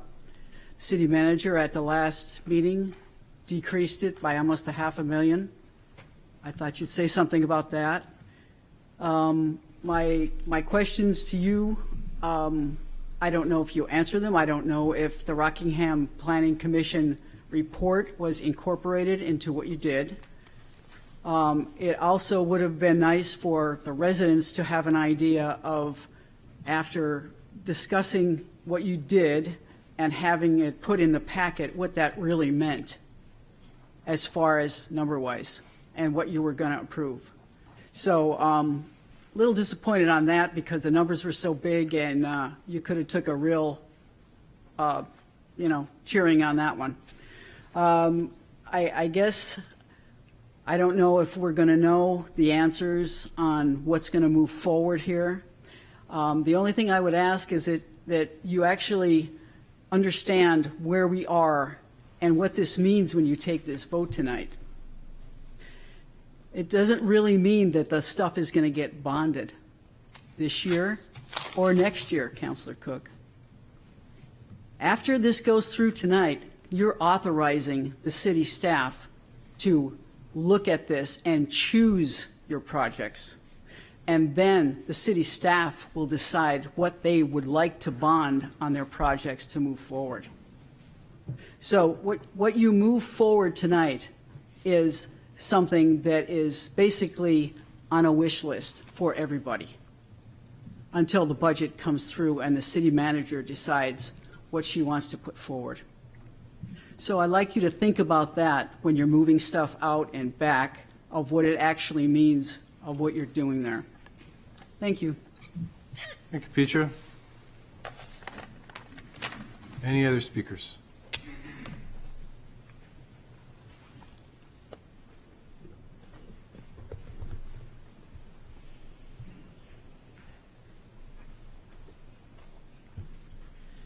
Esther Kennedy, 41 Pickering Ave. And I would really like to push for that curling part of the skating rink as a curling person. With all this said, and what Petra just said is very true, this is your wish list. So I have asked for the wish list of mental health activities on here. I've asked you to fully fund the skateboard park and to really help those individuals that might not be in the central area of our schools and in our community. I think we also heard it tonight about this hockey arena, young males coming in front of you all, asking for help and support. In Guilford, we have a rink, which I always found quite interesting, that we don't have one in Portsmouth. But I'd also like on the wish list is, we know there's been some sewage in and out, sewage plant stuff in and out, but I really want you to think about the Great Bay, Little Bay, as you're going through this, and what does that outflow look like? What is Lonza really going to be doing? Does Lonza, did they pull out because they don't want to be associated with potential problems in the future and they want the city to handle that, but they're willing to pay their part of the sewage? I would also ask that you think about our historical, which I came up earlier. What are we doing? We're celebrating 400 years. What are you doing to save our history? Where is it in here to show that you're going to save the history for the next generation? And I don't see it. You know, I'm glad we have a statue in Bohanko Park. I'm saddened that it couldn't be someone from New Hampshire or local to do it. So how are we going to make sure that happens in the future? I believe the artist is from California. So those are what should be on our wish list. Our mental health, our history, our arts, and the infrastructure that goes along with that, because I think that's what really defines what Portsmouth is. So I ask you to consider that as you think through this and have your conversations and discussions. Again, I know it's a wish list, so I'm hoping that you put those wishes on it. Thank you. Thank you, Esther. Any other speakers?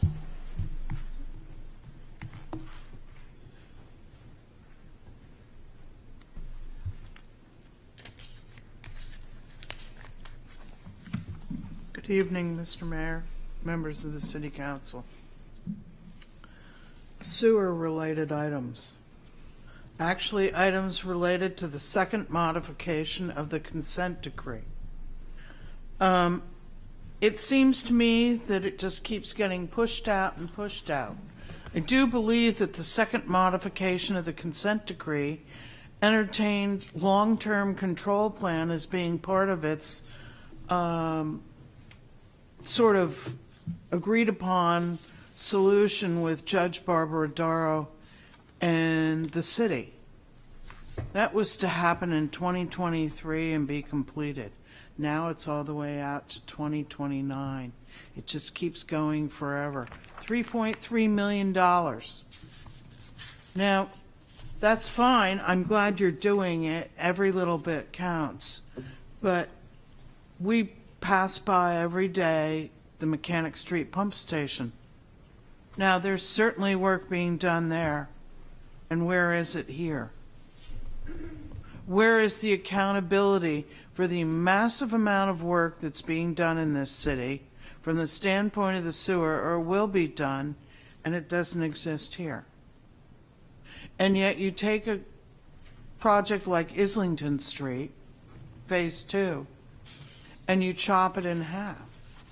And yet over in that particular area, I think the head of DPW will suggest that there are still combined sewer pipes over there. And those were also part of the second modification of the consent decree. So I'm wondering how and when and where the city will finally satisfy the terms of the agreement for that went before Judge Barbara Darrow, because they're not in here. And if they are, they keep getting moved out. I also find it interesting that the McIntyre building has zero. Are you all that confident that you don't need to worry about the McIntyre building? Oh, and for public consumption, unfortunately, the paper did not print something that was correct, obviously. The parking lot is part of the monument. All 2 acres and everything that's on it is part of the monument. So as amusing as it might have been to the writer of that opinion piece, it is a monument. And I would like to thank the city for making my letter to GSA public, because at least it's out there. Thank you. Thank you, Paige. Any other speakers?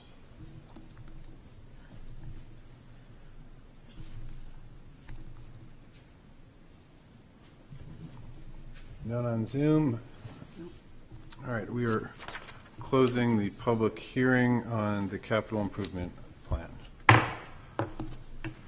Any other additional questions? Councilor Tabor. Thank you, Your Honor. This is a little tricky because you asked for amendments, and this is concerning Prescott Park, and as you guys know, I'm the chair of the board of the Arts Festival, and that conflicts with my job as a counselor. So I don't feel I should be making motions and should recuse myself. But I do think I can put a couple of facts out there Tom Watson, who's the chair of the Master Plan Implementation Committee, came to us and asked for approval of Phase 1A to fix the stormwater and pick up the Shaw Building and move it. And we approved that. And now, as our Q&A in the last session with Peter Rice pointed out, we've got all these rising construction costs. So we've got the risk of starting this and not knowing whether we can get to even picking up the Shaw and moving it, and if we do, the Shaw has to be mothballed.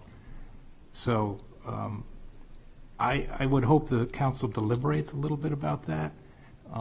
Particularly, is there a way that, you know, we could put all the pieces in the hat and pull them out a way that this all gets done, start to finish, Phase 1, uninterrupted? And I'll leave it at that. Thank you, Councilor Tabor. I guess just on that note, to ask DPW Director Peter Rice on the CIP. Everybody else was so good at listing out the What are you looking the numbers there. It's EI-19-PW-38. That's the one for the moving the Shaw, correct? Yes, the master plan information. Peter, could you speak to the efforts underway or already accounted for in terms of sewer work that is done that this is tagging along with? I'm sorry, it's, sewer work, or you were talking about the Prescott Park? Yep, so looking at the $1.75 million in the Prescott Park plan implementation, it was my understanding that this was to be done in conjunction with existing work that we have already budgeted for this year. Is that ringing any bells? The additional monies would be added to what's already been appropriated and authorized to accomplish the first phase of the Prescott Park Master Plan implementation. We've done a significant design effort. If you recall, at one point, the design effort started looking at the whole project and realizing the limitations of funding, slowly worked its way down to a manageable project scope based on the available funds. So the money, but we've allocated money already for this and approved for the pulling up the drainage on Water Street. Is this? Correct. It would be the first phase would include a new drainage line on either side of the Players Ring and Shaw Building.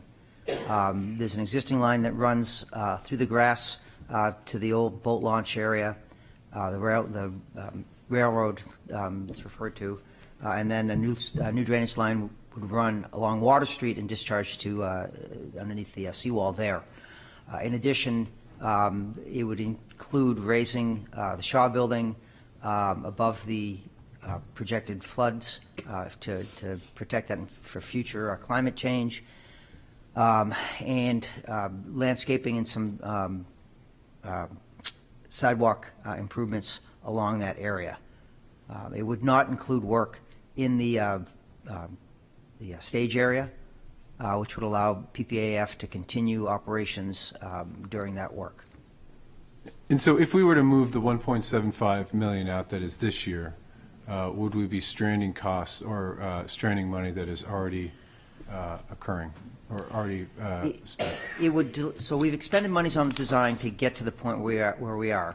That design would have to be put on hold until we have enough funds to complete either the first phase or, as Councilor Tabor indicated, the complete package, which would be, at this point, is additional $4 million, what they anticipate to do that as well. That additional work would include an addition to the Shaw Building to enable the mechanical systems of the Shaw Building, as well as provide additional space for public use. Councilor Cook, a question on this. Yes, thank you, Your Honor. So with the 1.75 million, we do envision moving and mothballing the Shaw.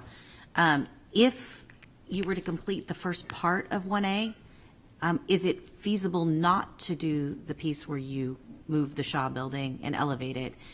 Or do you absolutely have to do that as part of this project because you're raising the street? I'm not sure. We probably, the intent of the drainage is to provide additional outlet for areas that flood. It would likely make the drainage deeper than it would be because we're intending to raise Water Street 4 feet. So instead of having that additional cover over the pipe, you'd have to push it that much deeper, which could impact the hydraulics of it. We'd have to take a look at it and see what that would mean. It was always envisioned that we would raise Water Street at the same time as doing that work. We could do the drainage work in the grass area on the other side of the building without impacting. So, we could look at just doing some utility work associated with this, using the available money for utilities works, which is enabling work that needs to be done. I'd have to regroup and look and see what that means in terms of, how to phase that. My follow-on is really related to the Shaw building itself. Because I have concerns about it sitting there for what currently looks like 4 to 5 years, mothballed in our current budget.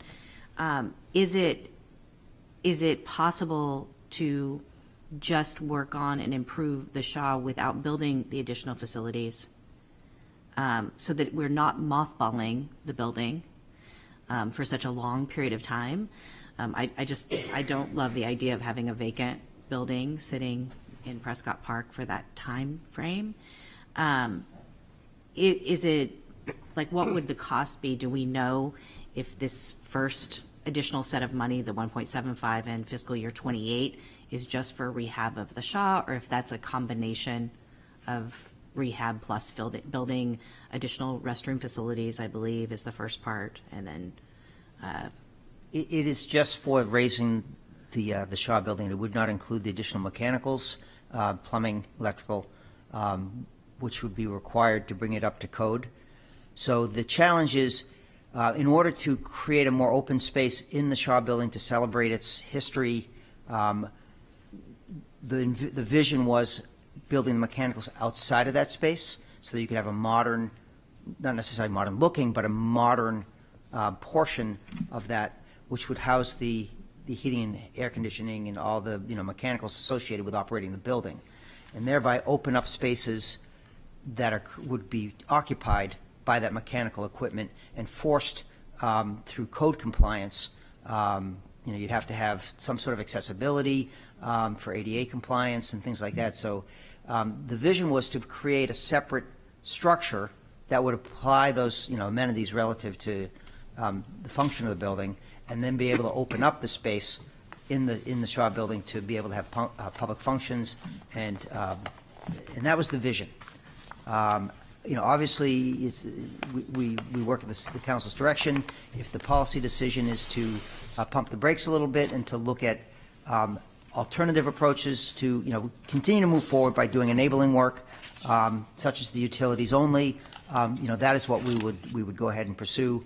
I don't have solid numbers on what that would mean, but I know if we just did work on the Shaw building to make it to be occupied, you would be stranding a lot of money if you went forward in the future to adjust and to add an addition to try to make the stuff, pull all that mechanicals out to create the space that you want. So, that's obviously a decision that can be made.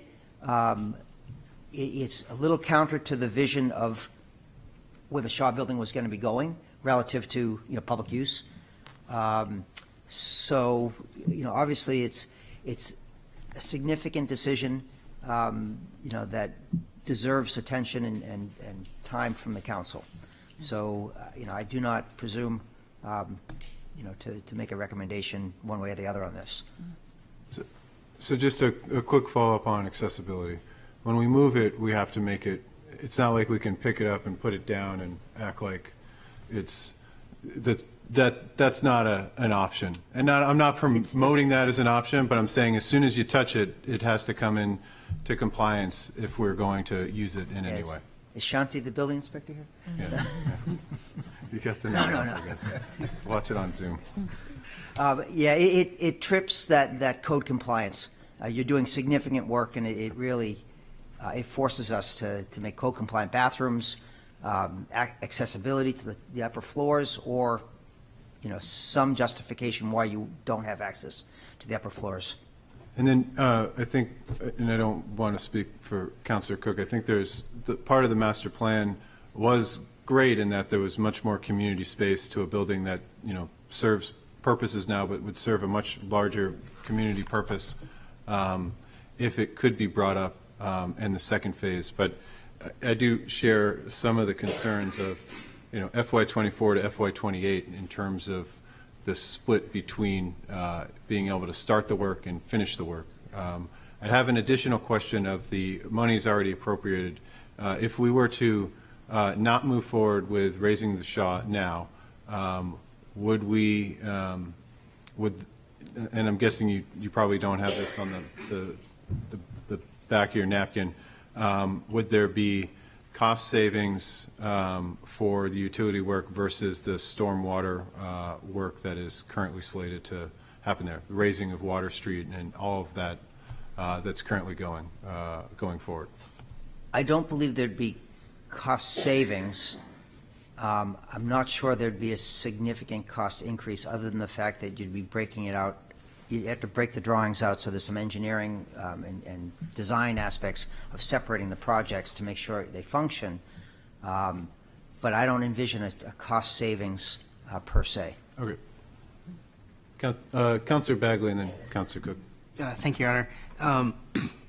I've always, I know it's not a popular opinion, but I've always had concerns about this particular project because the Shaw Building is in such grave shape, and it would be disrupting a park that, why anything can be improved. I think the Prescott Park is one of our crown jewels, and we have a lot of other areas of the city that could potentially use money and attention, and any money we spend anywhere, means we don't have it available to spend on other things. So speaking broadly, I would be very much against moving forward funding in the CIP. The other concern I would have is I believe there was some hope that if we did move the Shaw, there would be a private fundraising effort as part of that, which would take some of the burden off of the taxpayer. So if we accelerated, there might not be a chance to raise those funds. So I guess it's not really a question, but in my opinion, if we can slow things down and spend less money in the short term, I think that's a better path forward. Any other comment on this, or Councillor Cook? Thank you, Your Honor. I would love to see the Shaw moved and restored. I think Councillor Bagley and I are in a different place on this, definitely. I would love to see it, if it is moved, that it's completely restored and that the building is finished so that it's usable. We don't have a lot of large park space like we do at Prescott Park. And I think it's unfortunate, the thought that we would move a building and let it sit for 4 to 5 years empty in the middle of our park, when that really is a resource that we're currently using and we could continue to use, and maybe push the funding out for moving that facility so that we can complete the project when we initiate it or shortly after we initiate it, would be my hope. I don't want it to impact, though, the work that we're doing as far as some stormwater mitigation efforts in the park, because clearly that is really desperately needed in Prescott Park. We saw quite a bit of flooding this year from storms.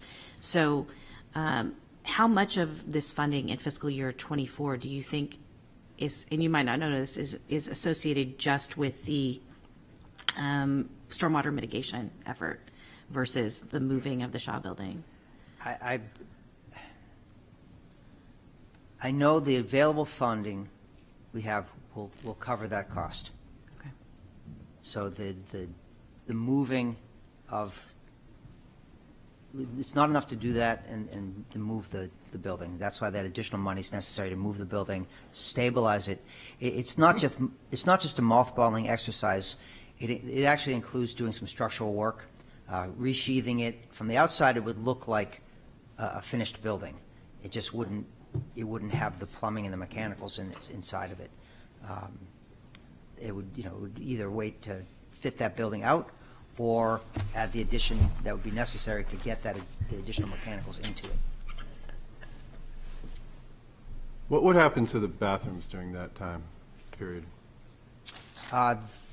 They would not be usable in that location. There is the pavilion that has bathrooms as well. But typically the pavilion, we open the bathrooms up at the Shaw first. They're not code compliant relative to ADA accessibility. But they would not be usable when that building's moved. Councilor Lombardi. Thank you, Mayor. I would agree with Councilor Cook that I think it's important to get that building moved, whether it's in 24 or 25. But then I also think that it shouldn't lay fallow for an extended period of time. I would like to see the project completed on that building. And I know there's a lot of moving parts with the construction of the drainage lines and the work going on underground there as well. But I think it's an important project, and I think it should move forward. Councilor Lombardi. Any other comment or motion? Councilor Cook. Thank you, Your Honor.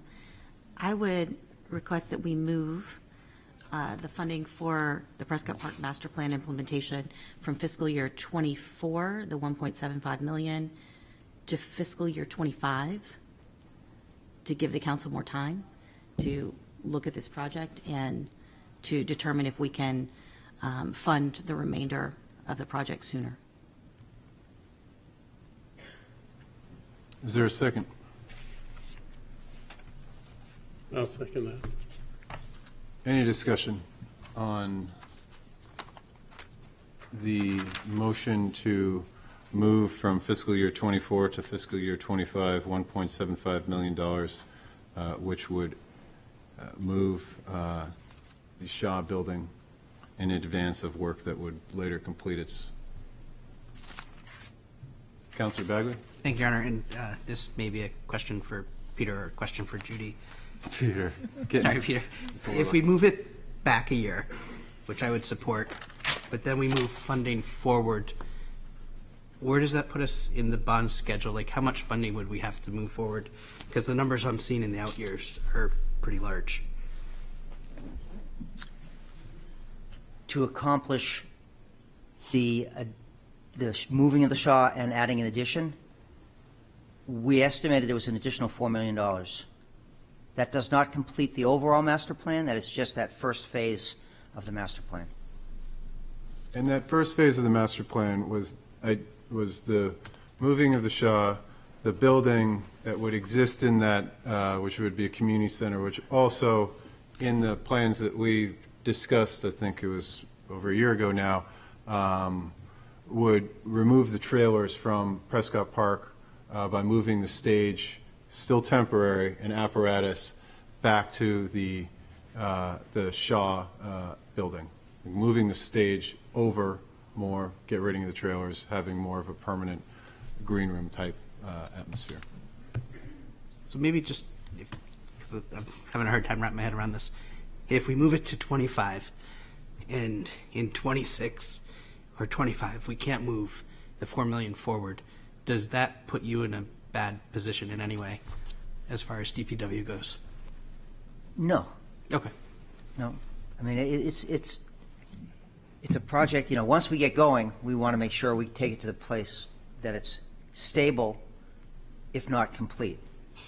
Either the mothball, we bring it to that point where it's, mothballed in a stable position, and then the park looks, for all intents and purposes, like a park. It's not disrupted. It's not, all sorts of construction type activity left undone. Either way, we will make sure the park is still, viable and fun and thriving throughout this process. Great, thank you. Yep. Assistant Mayor. Thank you. Peter, point of clarification, if, as you talked about this Phase 1A of this, you also mentioned the raising of Water Street. Will you be able to do that if the Shaw building is not moved? Will you be able to raise it No. to 4 feet? Nope, No. we would not be able to do that. Okay. So would that essentially leave some stranded funds as you go to do the sewer work and the drainage work there? So, and that's what I was saying, that it makes it more challenging in that we're envisioning at some point in the end, we're going to have a ground elevation 4 feet higher than it currently is. So if we're building everything at existing ground level, you have to go down a certain depth, 6 feet for water, sewer lines, and that becomes a challenge relative to the existing locations of drainage and sewer, and then you're putting an additional 4 feet on top of it, so you're making very deep lines in an area that it would be nicer to have them closer to the surface. So it would entail some change of design. Councilor Cook?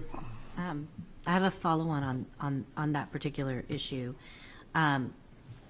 When do we anticipate even getting the permits from DES to commence the work that we're already planning?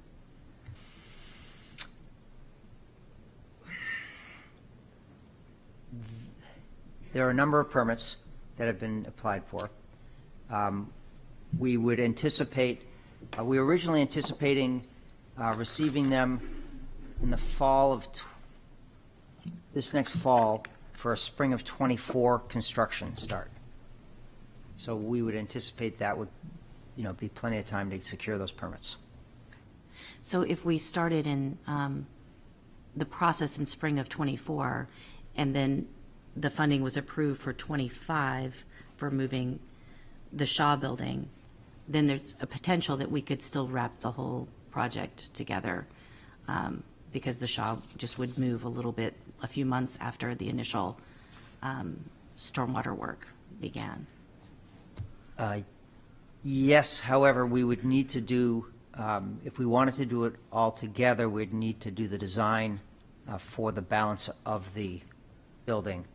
Currently, the only portion of the design that's moved forward beyond a feasibility level, which is actually a relatively detailed feasibility level, but it needs to be fleshed out for the addition. So that would require some additional work. And if, given we have available funds, and if it was the council's decision that that's how they wanted to proceed, we would complete the design of whatever addition was decided on, whether it was a relatively small one, mechanicals only, or whether it was more public space available to get all the trailers out of the area and create a green room space. That design would need to be done so that we put out the bid as one packet. So if we The did benefit, that... I'm sorry. The benefit continue. of that would be you'd have a refined design number at that time for the entire project, and when we go for funding authorization, we would be able to give you a more complete number. So you would be able to give us a more complete number on the total cost to move and, modify the Shaw to the level that we all hope, or many of us hope to see it at, if you were able to complete the design work and get a number associated with that. And that could also, if that was the case, and highlighted the city's commitment, help in any capital plans that those interested parties in the city of Portsmouth that would like to give towards that, we would have a goal on that. Is that a fair reading of those tea leaves? Yeah, if we were looking to do a fundraiser, having a more complete design with a firmer number for the addition would be a benefit. Because you could have renderings and things like that that you could point to. Okay. So I think I think originally with, the idea that we would move the Shaw, it was kind of like an idea that we would have, an incentive that's kind of, taking the Shaw hostage, so to speak, in order to raise the money, in order to finish the job. But if we could find a number with the existing funds, or if we needed to modify the CIP to have those existing funds in 2014 for the design only and move the rest of the completion out to 2025, I think that would serve the purpose of wanting to move forward and also making, alleviating concerns of the council that there might be a loss of, certainly the inconvenience of not having those bathrooms is, that is, it's not trivial to those folks that use those bathrooms, like a dad with a 6-year-old and a 2.5-year-old. Those are really great positioned bathrooms. So if we could, would we have a number on the CIP, or could we do it through existing funds to complete design work of this and move the Shaw number out to 25? We have adequate funds to complete the design. There are monies that have been currently authorized to be able to, proceed with that, if that is the council's desire. I would say yes, that is, so what we would do, if I understand, is that, we would take the concept of moving the Shaw and then providing a new addition to the Shaw that would provide the modern mechanicals and allow the Shaw to be utilized to its maximum, and then we'd be able to bring that back to council. I would envision, we would probably do an initial cut. We already have a pretty thorough feasibility study of what it would look like. We'd want to confirm that with the council, that was indeed what you were looking to do, and then we would, with your blessing, we would then move forward with a contract modification to do the final design for that addition as well as the raising Shaw. So it would be done all as one packet. That aligns to my expectation in the conversation, but. I think that also aligns with mine, or not doing it with a 4-year separation, but with like a 1-year delay versus 4 years in between. And it also seems to Councilor Cook's suggestion, doing the design work would seem to align us on the continued path if the design comes back and, the council in 25 can say, yes, we'll continue on this path because we like the design. It would allow us, granted we get DES approval, to align with those works that are currently ongoing. Potentially, yes. Yeah, I believe the permitting covers the addition. I would need to confirm that. So I would need to confirm that, but I'm pretty comfortable that it does. Okay. Councilor Lombardi. Just a final question, one more question. Does that work for you? I work for you. No, I know that, but I mean, you're the one actually Actually, I work for the city manager, so if it works for her, it works for me. Okay. Well, I mean, in your realm of things, and the scheduling, the permitting, the easiest projects from our perspective are projects that are a greenfield, and you got a clear slate. Have at it, get something built. Of course. Anytime you interact with historic buildings, old infrastructure, it adds layers of complexity, and you can't go into it with the expectation that it's going to be done quickly. Mm-hmm. It's very important for the public to be involved in these discussions. It's very important, obviously, for the city council to be comfortable with these commitments. So it falls in line with what my expectations are. Okay, good. Well, then I think this is a good project. Thank you, Councilor Lombardi. And, I think that, just looking at the master plan here, it's 2017. So there's been some time since that master plan.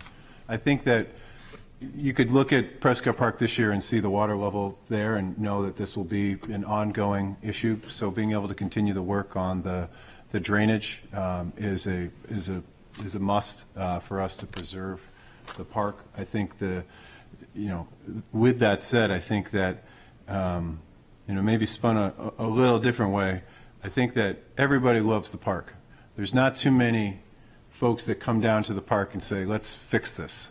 And while there is a great master plan that makes it resilient and adds to it in ways that, it is, are needed and necessary, I think moving too quickly on the tangible results could end up, hurting us. So I love that we were able to reach a compromise where we push this portion out a year while not stopping the design phase from going forward, and can come back to aligning both the efforts on the DES side to making this a truly important community park. So we'll get off the soapbox, but thank you. Peter, any other questions on this before we call roll call vote? Or all in favor? Aye. Any opposed? Abstain. Oh, abstain, an abstention. Okay, so that was to move 24 into 25. Your Honor, and since that's now voted and the action's taken, I do think that the Arts Festival could help raise money, and I think there's fundraising opportunities outside the Arts Festival, as you mentioned. If there's a clear scope of work and a price tag and some drawings, as we've now seen. Thank you, Councilor Tabor. I'm glad that you recused yourself from all the information of helping raise money until to the vote. But I think I think with renderings, a lot can happen there. So excited. Who's up next? Councilor Blaylock? Thank you, Your Honor. I would like to move to amend BI-12-RC-30, the additional outdoor recreational fields. I would like to move all the funding up to FY24. And if I could get a second and speak to that. I'll second. 89. Thank you. So after hearing the Rec Needs Study presentation we got this evening, I don't know if you noticed, I paid particular attention to the annual field usage hours for each field. And I noticed we had 9,000 on the last turf field. Compare that to Clough Field, which is grass and has no lights. We only got 1,280 hours out of that. So we almost got 9 times as much usable space for the children of Portsmouth. I just think this is a need that has been there. We still reference the 2010 Rec Needs Study. There has only been one field added since then. I think tonight we heard that all our current fields are being overused, and I think there is more than enough demand to move this up. It's only going to help our mental health for our youth, and all our youth now, I hate to hear that they get practice canceled or a game canceled or something because they don't have a dry field to play on. I think this is really important for the future of Portsmouth and for another step to have our first-class recreational facilities.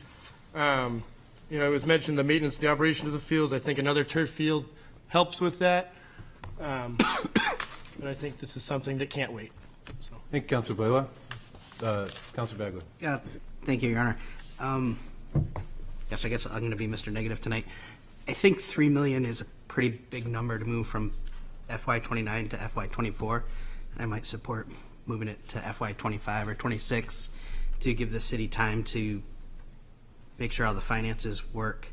I do have a question. The 9,000 hours, by my calculation, that would be 24 and a half hours per day. So is that 9,000 hours over the last 3 years or since the field was installed? I mean, that was the number they provided. Obviously you can't do more than 24 hours in a day.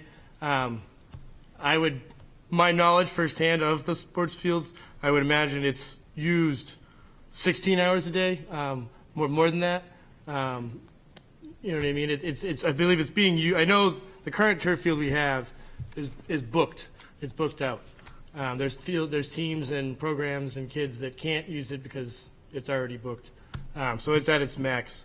I don't know the inaccuracy on that number, but yeah, and I guess I don't want to suggest that we don't have a severe need for fields. I guess I would just be more comfortable delaying a year so we have more time to analyze the study, and the city has more time to measure the effect on the budget. Councilor Bullock? I'll just state to that this was part of the 2010 rec needs study. This accomplishes one of the goals from that study. So it has been 13 years that we've known we've needed this, and we've continued to kick that can down the road. Because kids don't like to come up here and speak. I was very impressed tonight that the hockey team all came and spoke. But I think we need to do this for the children, and I think we need to stop kicking that can down the road. Councilor Bullock? Assistant Mayor? Thank you, Your Honor. If I could get a point of clarification for the 100,000 in FY 28 versus the 3 million in FY 29. Good question. I'm going to have to call on Todd or Peter, and while we're at it, we need to do a calculation of what the adding the $3 million sooner does to our debt limit. So, Todd, I don't know if you want to take that.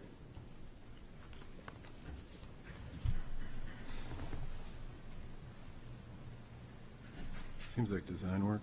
Yeah, so I guess that's what I'm alluding to. If that looks like design work, then I would support the design work being moved up to 24 and the shifting of the 3 to 25.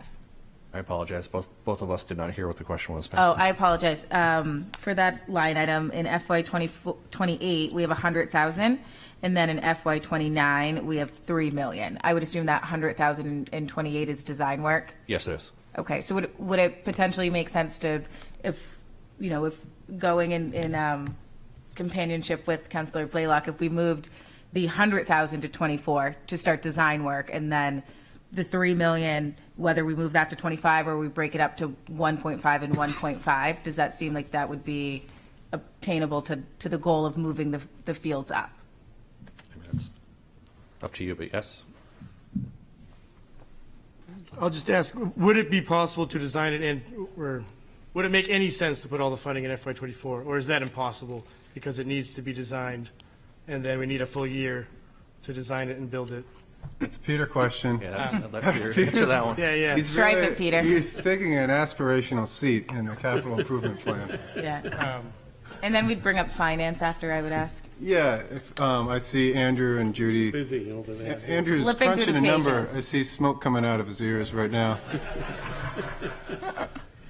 So it is correct that we need the money for the design, and Assistant Mayor suggestion is something that would be workable in my mind, that you get that first tranche of money, you do the design, you then actually get a refined opinion of cost at that time, because there was mention of including a softball field in the design, so that's a little modification.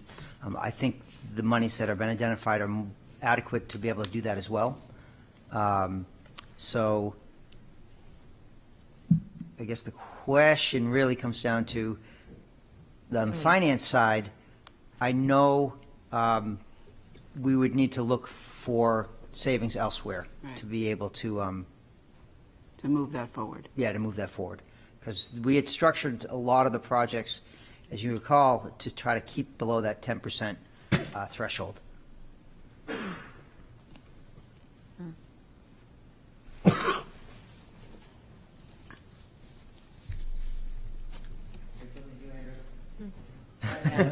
Sorry, I should have vocalized that we were here. Yeah, so there was a lot of discussions moving other projects too. So you've got the 600,000 possibly moving up. You got the 2.2 moving out. You got the 3 million moving up. So there's the 3 million would add about $300,000 to a annual budget for the first year payment.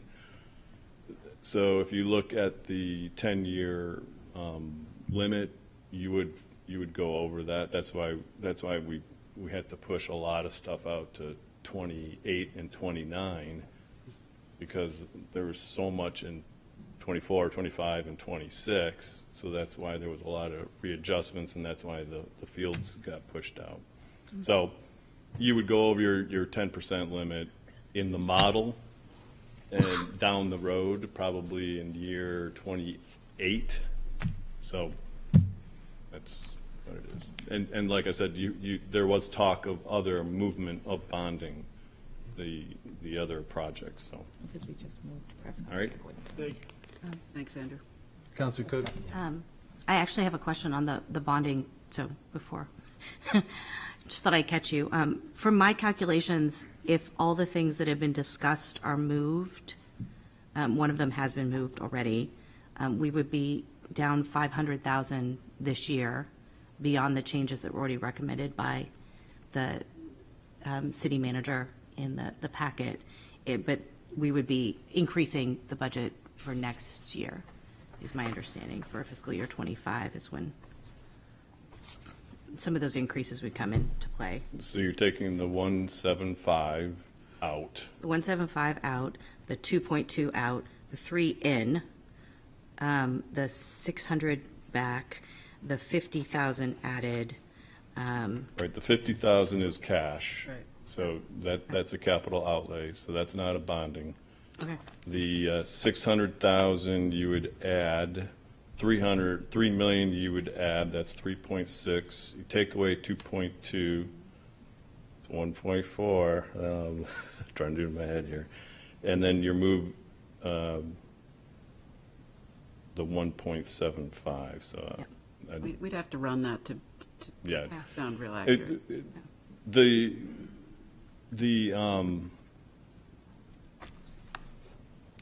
The movements that are happening, like moving the 600,000 from 29 up, the $3 million from 29 up, those will affect things. Moving the 1.75 doesn't really do anything. It doesn't affect your 24 budgets, because when you authorize something in 24, you're not going to be making a bond payment till 25. So that doesn't affect the budget.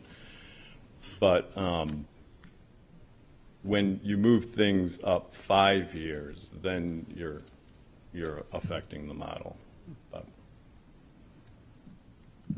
And we have had years before when down the road the model went over 10, and we readjust things.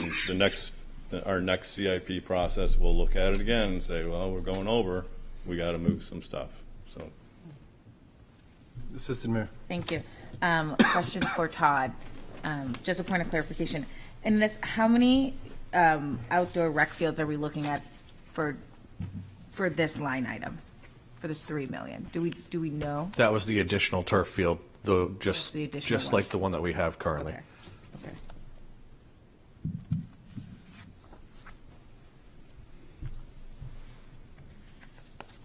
Any other questions? So it seems moving from 29 up to 25 or 24 matters not to the debt limit, because both of those put us over in fiscal year 28. And that's a nod from Andrew. From a resources standpoint, would be moving, is this a completable task given this and the skate park occurring at the same time from I guess a bandwidth from DPW and Rec? The skate park's out to bid right now, and will be in construction when we'd be doing the design for the next field. So it overlaps fine. Okay. Any other questions on this? Councillor Bagley and then Councillor Cook. Just a point of clarification. I guess we're with the original motion where we're moving everything to fiscal year 24, and there hasn't been an amendment to. It sounds like we don't need the 100 grand, according to Peter. Existing funds, that we could handle that with existing funds, the design work, or no? I'm sorry. No. Are we talking the 100,000 for the design ball field? Turf field. For the turf field. Yeah, we'd need that We'd need 100,000. that. Yes. Okay. All right. Then it would be the 3.1. So I guess my comment would be I wouldn't support moving up the 3 million, but I could be swayed to support moving up the 100,000 with the 3 million place held in 25. Councilor Cook, did you have a question? No, that's what I was just going to ask. It's going to take a while. If it's going to take a while to do design, at least, before we get to the point where we're building, I think that the assistant mayor's suggestion of moving 100,000 up and then the 3 million into fiscal year 25 makes the most sense. And it would be illogical anyway for the council to expend the funds for design in fiscal year 24 and then not proceed with the project in fiscal year 25. So that would still give us the funding. And then we'd have Andrew figure it out, you know, in 28, as he says he's always can do. The 100,000 will be a capital outlay, so that is the cash, not a bond, so that goes to your budget in 24. Councilor Bullock. Is this something that ARPA funds could be applied to, or? Staff has put together a list of items that are part of the CIP that could be alleviated in terms of pressure, either through capital outlay or through bonding, either in the general fund or in water sewer. And the total of those potential ARPA projects amounts to over $5 million. So it's really a policy question of the council of how many of those remaining ARPA dollars do you want applied toward some of this budget or some of future budgets. But it's certainly in consideration. The items that you have discussed tonight are not among the ARPA eligible ones. There are other items that speak to, in terms of capital outlay, personal protective clothing replacement for the fire department, library courtyard renovation, outdoor pool aquatics upgrade, Borthwick Avenue bike path, citywide storm drainage improvements, and the water and sewer bonding for the Islington Street improvements. So we've thought about the applicability of ARPA. They would not, we don't think, be eligible for the ones we're talking about tonight, but more for some of these. Okay. And I guess just one last question for Peter. If we were to do the 100,000 for design in FY24 and then the 3 million in FY25, what would be the difference in timeline from your perspective, you think? Like, how much longer would we have to wait for a field? Would it be, as said, like we would, if it was all put in FY24, that field would be completed by next June, to your best of? So if you're July, you get your, July the monies are available, you get a contractor on board, you start the design gets completed, you look at fall of 24 for bonding availability, you could start that project, you know, you'd have a winter, so it'd be summer of 25, probably. So inconsequential in terms of if we put the 3 million in 24 or 25, 100,000 has to be in 24. In order to get the design moving, we need funds. Which is sooner than 29. Yeah. Right. So just a quick question, fields aren't eligible for ARPA dollars, is that what I heard from the city manager? We have run a really conservative approach to this, and the ones I just rattled off seem to very clearly meet eligibility. It would be the best way I could answer that. Okay. I think that if we can start the work on this, it would behoove the city, not just from a standpoint. I mean, I was able to use these fields not as an athlete because I need meniscus surgery, and I got it now on the 25th of this month. So, but it was amazing just seeing coaching kindergarten, first grade soccer, how many families were out there taking advantage of it. It was the highlight of our Tuesdays, highlight of our Saturdays. And when there'd be a ton of rain, it would not matter. It would immediately, you know, the heavens could open, and as long as the heavens enclosed just enough by the time practice started, we were out there, and the girls had a fantastic time. I think for all of those reasons, to be able to move this forward and have more of an opportunity to engage in athletics does a whole host of things, and aligns with the rec needs study that we just spent money on and got back that said we need more fields, and we need to try to centralize this from a transportation and equity standpoint. Getting a bus to go to one complex is a lot easier than getting the buses to go to each individual complex. But that's not the only reason I'm supporting it tonight. And if we can amend the motion to move up 100,000 and then 3 million. The reason I'm supporting in addition is that we've had a lot of conversations around affordable housing. All of those mean taking a field offline in some capacity. In order to make the realization of affordable housing, it means using land that we already have. I think we need a plan to address the recreational needs that we would be taking offline if we were to move it at some of the locations that are being identified by the current land use committee. So for those reasons, if we could get a friendly amendment to support 24 for 100,000 and 25 for the 3 million, I would support that. So move. I accept that. Any further discussion? Your Honor, I was just, question for Peter. He was sneaking out. Almost had a, you almost made it. Would it, to offset this cost, how would DPW feel about delaying the Kate Street Bridge for 200,000? I wouldn't feel good about that. Okay. Counselor Cook? I have a follow-on on that about Russell and Market Street as well. Is it feasible? I know that Councilor Bagley's already offered that he's going to make a motion to move it back a year. Is it possible to delay it more than that? That would be fine. Okay. Okay. Any more discussion on the turf field this evening? All in favor? Aye. Any opposed? Any abstentions? Thank you, Councilor Blaylock. Councilor Cook? Thank you, Your Honor. I would like to make the motion to increase the funding for the Market Square upgrades in TSM-15-PW-67 by $50,000 in order to incorporate the additional planning that the city manager said, or at least the cost of the additional planning that the city manager highlighted at our last meeting. Second. And I think we also need to move it forward a year. Oh, yes. That's a friendly minute. I'll take it. Yes, move forward to FY24.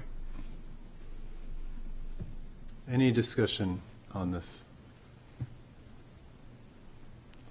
Any comment from Peter Rice, or the city manager via? It could be Peter Bretz, but. Oh, Peter. Yeah, Bretz. Peter Britz. Yeah. Is he here? Yeah, he is. Peter, come on down. It's your time. I don't want to take away your opportunity at the mic, Peter, but Peter Bretz and I have had extensive conversation about this. Yes.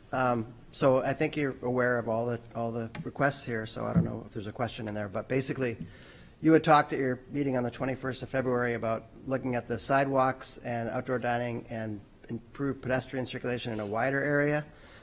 That's just the subject of the 50,000 that's being added, and then the 50,000 that was in fiscal year 25 would go towards a Market Square master plan for just the core of Market Square, and it would be more extensive, looking at basically Market Square as it is with a sort of a buff and finish kind of look, then more extensive as you move forward in that plan to a bigger change in Market Square and giving people the option and a lot of public input and all that. Thank you. Any other questions? As a part of this, would we expect any trials to occur during this summer season or next summer season? Like if there were thoughts around changes to traffic, would any of those be tested in terms of one-waying streets or anything like that? Or would that be, we would have to study it before we did it? I'm thinking you'd probably want to wait, but I think we'd have to study it, and we'd want to coordinate with transportation engineer Eric Eby. Yeah. And I don't know that work can be accomplished in this season. I think it'll be more appropriate to consider it in the next season. especially if it's going to start in July at the soonest, you know. Sounds like a plan. Councilor Cook? Would this set us up to have this planning completed to feed into the larger master planning process for the city? I think it would be helpful to feed into the master planning process. Certainly, we'd want to, it would be ideal to do that before the master planning process got into full swing, for sure. But they could probably go parallel at a certain point. Thank you. Thanks, Peter. Yep. Any further discussion, council? All in favor? Aye. Any opposed? Any abstentions? All right.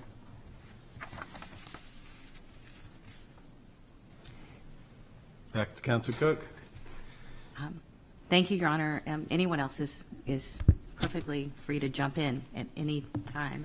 I'm going to make another motion to reduce funding in for BI-24-SC-17, the fit up of community campus space for RJ Lister Academy, from $2 million to $1.8 million. Second.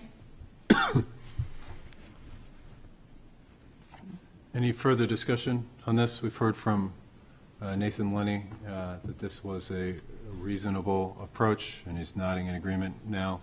Hopefully, with any luck, the estimates come in below, but this is needed work, and I know that they're working to use, you said doors, but I assume doorknobs as well, everything that they're reusing, reclaiming there. Appreciated that, saving the taxpayer money, but also making these necessary improvements. Councilor Bagley. Oh, sorry, I'm waiting for the next motion. Sorry. Next motion, all right. All in favor? Aye. Any opposed? I Councilor thought Bagley. I would break it up for Councilor Cook. I would move to move $2.2 million from FY24 to FY25 on CIP item TSM-16-PL-72 Russell Market intersection upgrade on page 141. If I get a second, I'll speak to it. Second. I think, we could make those intersections look a lot nicer, but I don't think it quite rises to the level of urgency. And one of the things I always have to remind myself about the CIP is it's a planning document, except for the year that we're passing for fiscal 24.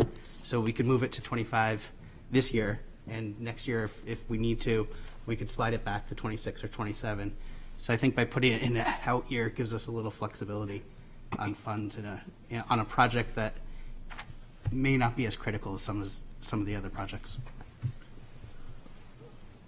Question on that for the city manager and maybe Andrew or Judy. From a planning perspective, would it make sense to move it farther than 25 from a debt ceiling standpoint if we moved it to, say, 26 and then the FY26 move to, or are we getting that New Hampshire bonding state match regardless in 26? Does that question make sense? There's, under the Russell Market Street, there's a bond lease for $2.2 million as well as a federal state New Hampshire DOT. I'm guessing this is a match in 26. Could we move both of those out respectively 2 years? And would that help with the debt limit, or would it be better just to take that up with the planning board when they go through this exercise next year? The 1 year from 25 to 26, not a big move. But moving it from 24 to 25, it helps us not having to worry about it going into this budget process. Moving it to 25 or 26 really won't make a difference. Thank you. All right, let's keep it as is. Thank you, Your Honor. So I guess a question maybe for the city manager. 25 or 26, would you have a preference? I would leave it up to this council to decide. So I don't think staff or I have a preference. I have a question as well. I just wonder if there are utilities in that area that need to be addressed at the same time. Not that I'm aware of. That has not come up in conversation. Peter, is that correct? Are the utilities involved in in the potential delay of the Russell and Market interchange? Is the question. So the big thing reading through this, it looks like we got to get this, there's a New Hampshire DOT Market Street Railroad Crossing Reconstruction Project in 26. Right. That we would want to align this to. Would we still be aligned at 25 if we moved it out to 25? Or could we go on the back end of that after they've done their work? Could we? Yeah, I mean, typically we like to get our work done either outside of with the DOT work, although you can jump onto the DOT project and have a non-participating portion of their work. It can work sometimes, depending upon the state has been weird about this project though, and it was on and off a number of times. The reason originally wasn't shown on this slide was that we're under the impression from DOT that they weren't pursuing it, but that seems to have changed in the last year. So there are some utilities in the area that would be addressed as part of this project, but they're not critical at this moment. It's not like it has to be done. So aligning it with the state funding would be perfectly fine. 10:30. All right, I will await a motion to go past 10:30. So moved. Second. All in favor? Aye. Begrudgingly. Okay. So it seems like we're safe to move it to 25 and take it up with the next. Any other discussion on this? All in favor? Aye. Aye. Any opposed? Any abstentions? Okay. Any more? Counselor Cook, anything else? Yes, Your Honor. Do you need some water? I'll be okay. I would like to move that the council moves up item VE-24-PD-08, police body cameras, from fiscal year 26 to fiscal year 25. And I would second that. I'm proposing this because I don't know how many of you saw today the announcement that Rochester is already starting this process. I just want to make sure that we are doing this in a timely manner in accordance with other cities on the seacoast. This is something that I know has been in the works for several years, and I want to make sure the funding is there as soon as we can make the final decision to move forward, that we're not delaying this because we don't have funding. Counselor Bagley? Thank you, Your Honor. I think this was asked earlier, but I just wanted to double check. The 26,750 in the Fed state, moving this forward wouldn't affect that negatively. I think the deputy chief was not sure.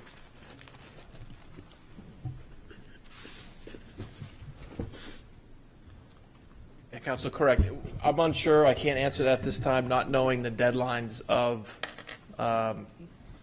any state or federal grants. So I can't say whether bumping that up will affect that or not having the deadlines of those grants.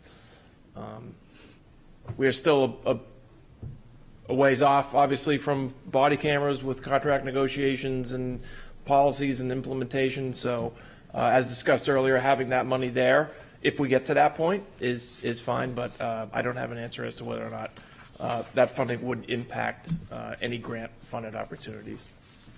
Okay, thank you. Sure. So it doesn't seem like it would affect it, or unclear one way or the other.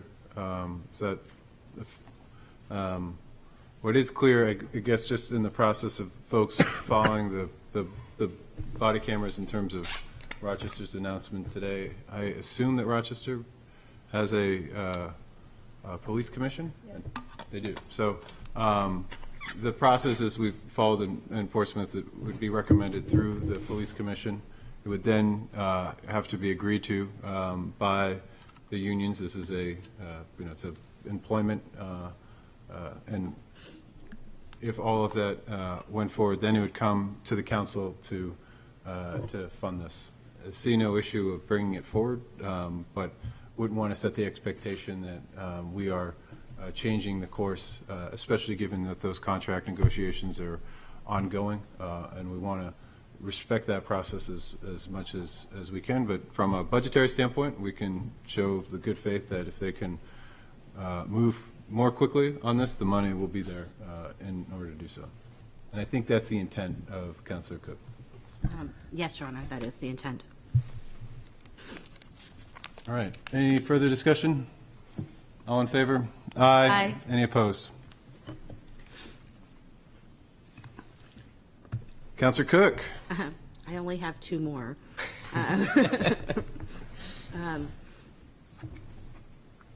I would move that the council move up funding for South Mill Pond Playground, ADA Playground, from fiscal year 29 to fiscal year 24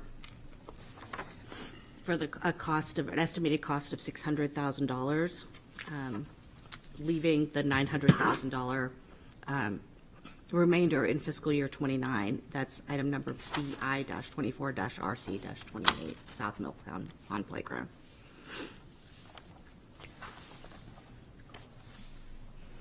I'll second for discussion purposes.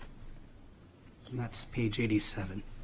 Yep, page 87, BI-24-RC-28. Yes. I can speak to this. I'm putting this request forward because we received a donation this year from the Rotary of $15,000 for ADA accessibility in our playgrounds. And initially, I think the plan had been to address this playground much earlier than fiscal year 29, but because of budgeting realities, that has not been possible, and it was moved back in the budget.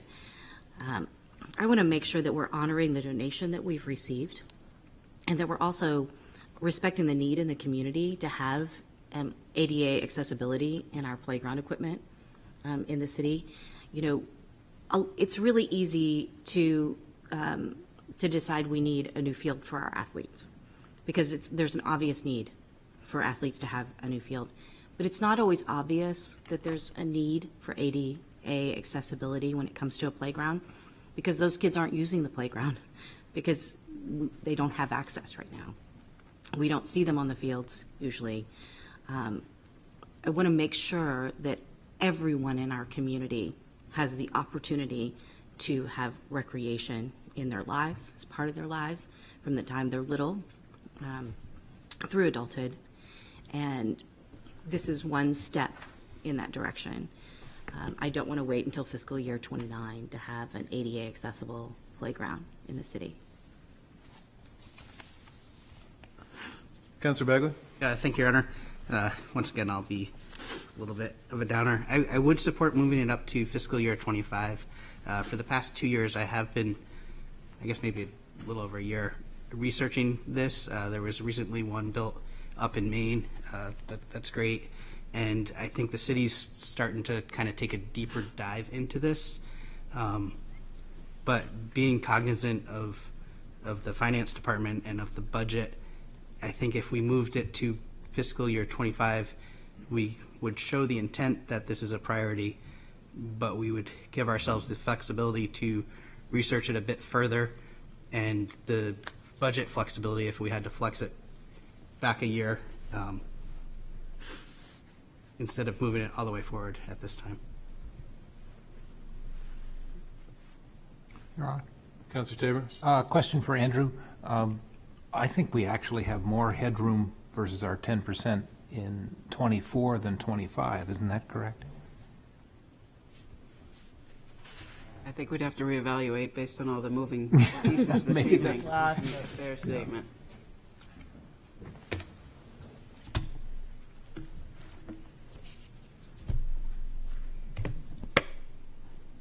Yeah, you're fine in 24. Yeah. And then in 25, it jumps quite a bit. Because we've got the police station. Right. Well, we'd be doing bands for the police station for the first couple of years, so.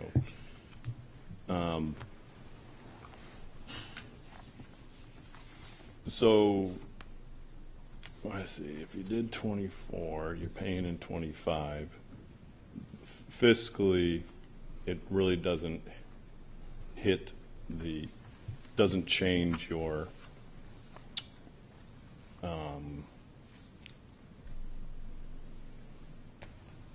moving the 600,000 in 24 or 25 doesn't really affect it much. Thank you.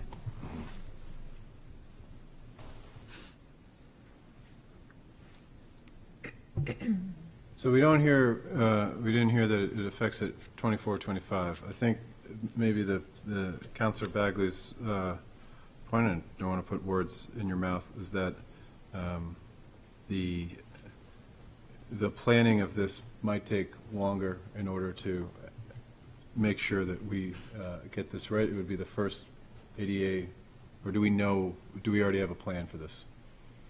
I think I'd rather hear from Director Rice, but I've just done some research on how these are planned, but I think it's still in early stages.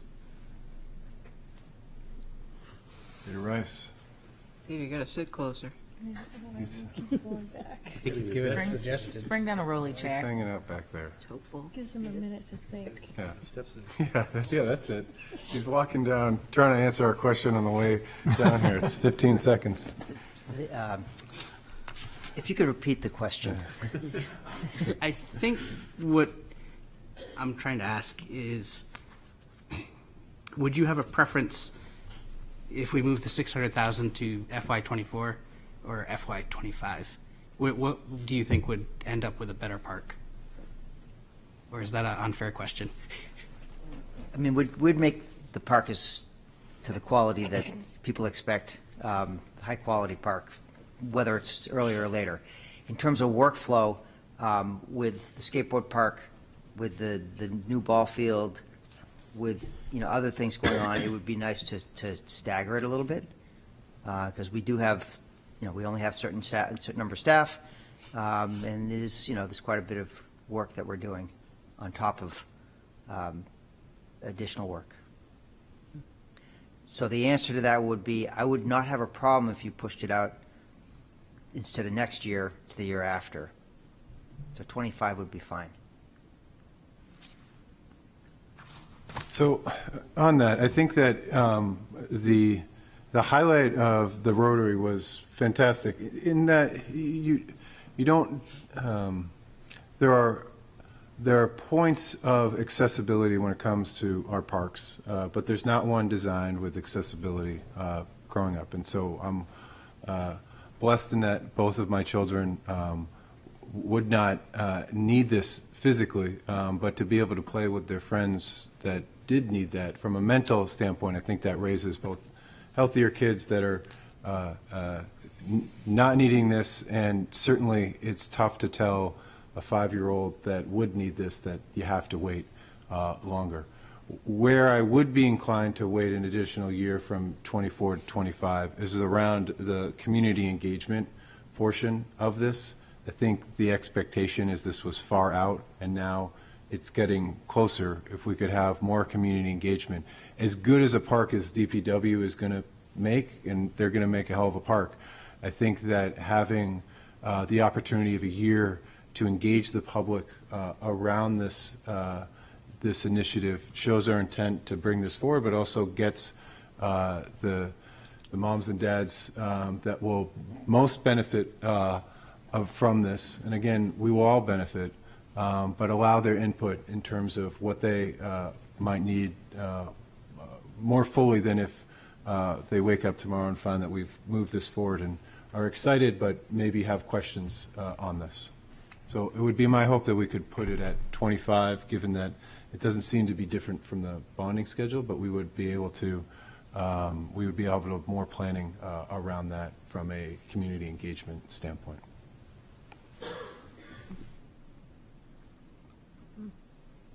Councilor Cook? I would be happy to accept a friendly amendment to move it to fiscal year 25 instead of 24. So moved. Any further discussion on this? No, I'll just say that, yeah, I think this is equally as important as the fields. You know what I mean? Obviously, I'm more closer. I deal with the athletes that aren't on the sports team, so on a day-to-day basis. I also deal with some students that do have some, can't perform on some of those teams and stuff. We just did the polar plunge, to raise more money for the Special Olympics, and we actually raised the most money Portsmouth had ever, so that was exciting. So I'm fully supportive of this. All in favor? Aye. Any opposed? Okay, One more. that's right. One more. Through some coughs, she's got through all of them. Your Honor, I promise this is the last one. And it really starts with a question, this one, instead of a motion. I was hoping for an explanation of what is the Water Master Plan, EF-24-WD-91, which has no funding. I can take that. That was a citizen request. Well, Brian, you're welcome to add if you want. Citizen request brought forward as part of the additional process we ran this past fall, and it was added into the CIP at the planning board stage by planning board member Hewitt. It was discussed that as part of its normal operations, water does regularly provide updates to our efforts. The page was in deference to the request made at the planning board, but there is no dollar amount ascribed to it. You are correct. We don't have a dollar amount. And I guess I have a follow-on question then. Should we continue to have this placeholder in the CIP budget if we don't really have a budget for it, we don't have an anticipation for it, and maybe don't need to have a need for it? That would be a policy decision of the council.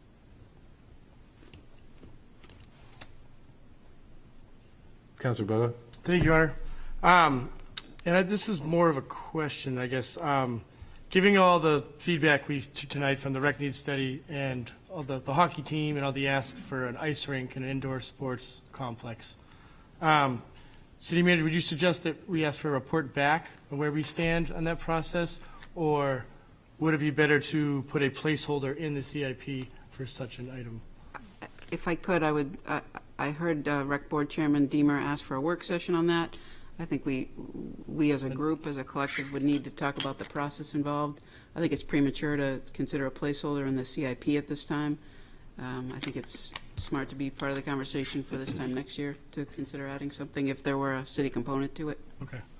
Could I at least ask for a report back on just where we stand as far as the RFP process, or where the last council left us off, and what steps forward what would be next? I think, I think either under miscellaneous, asking for that. Okay.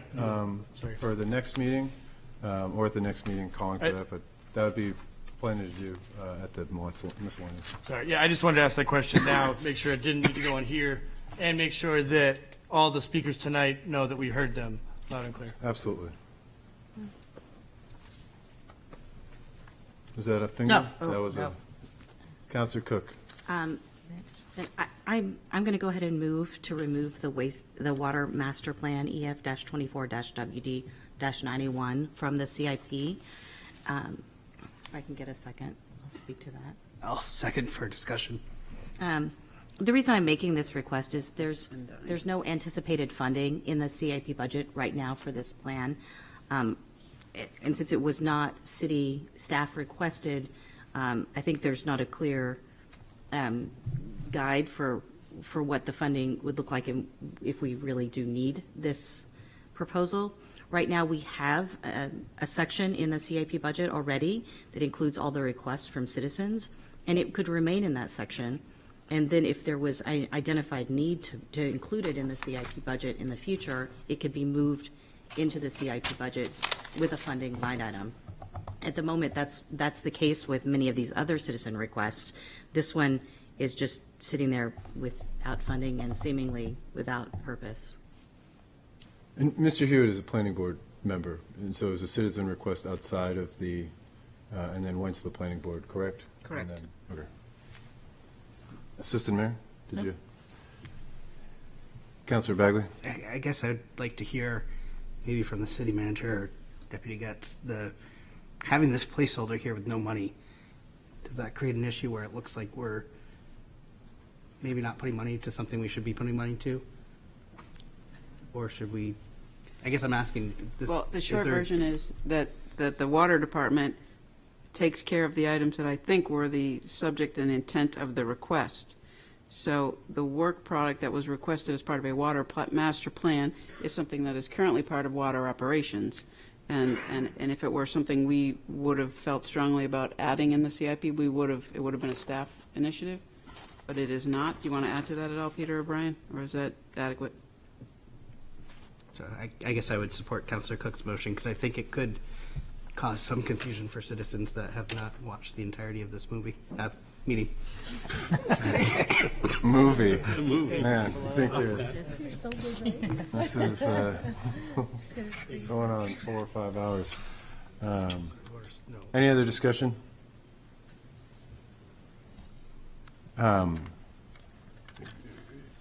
What is the, is there any more clarity on the, so I guess the only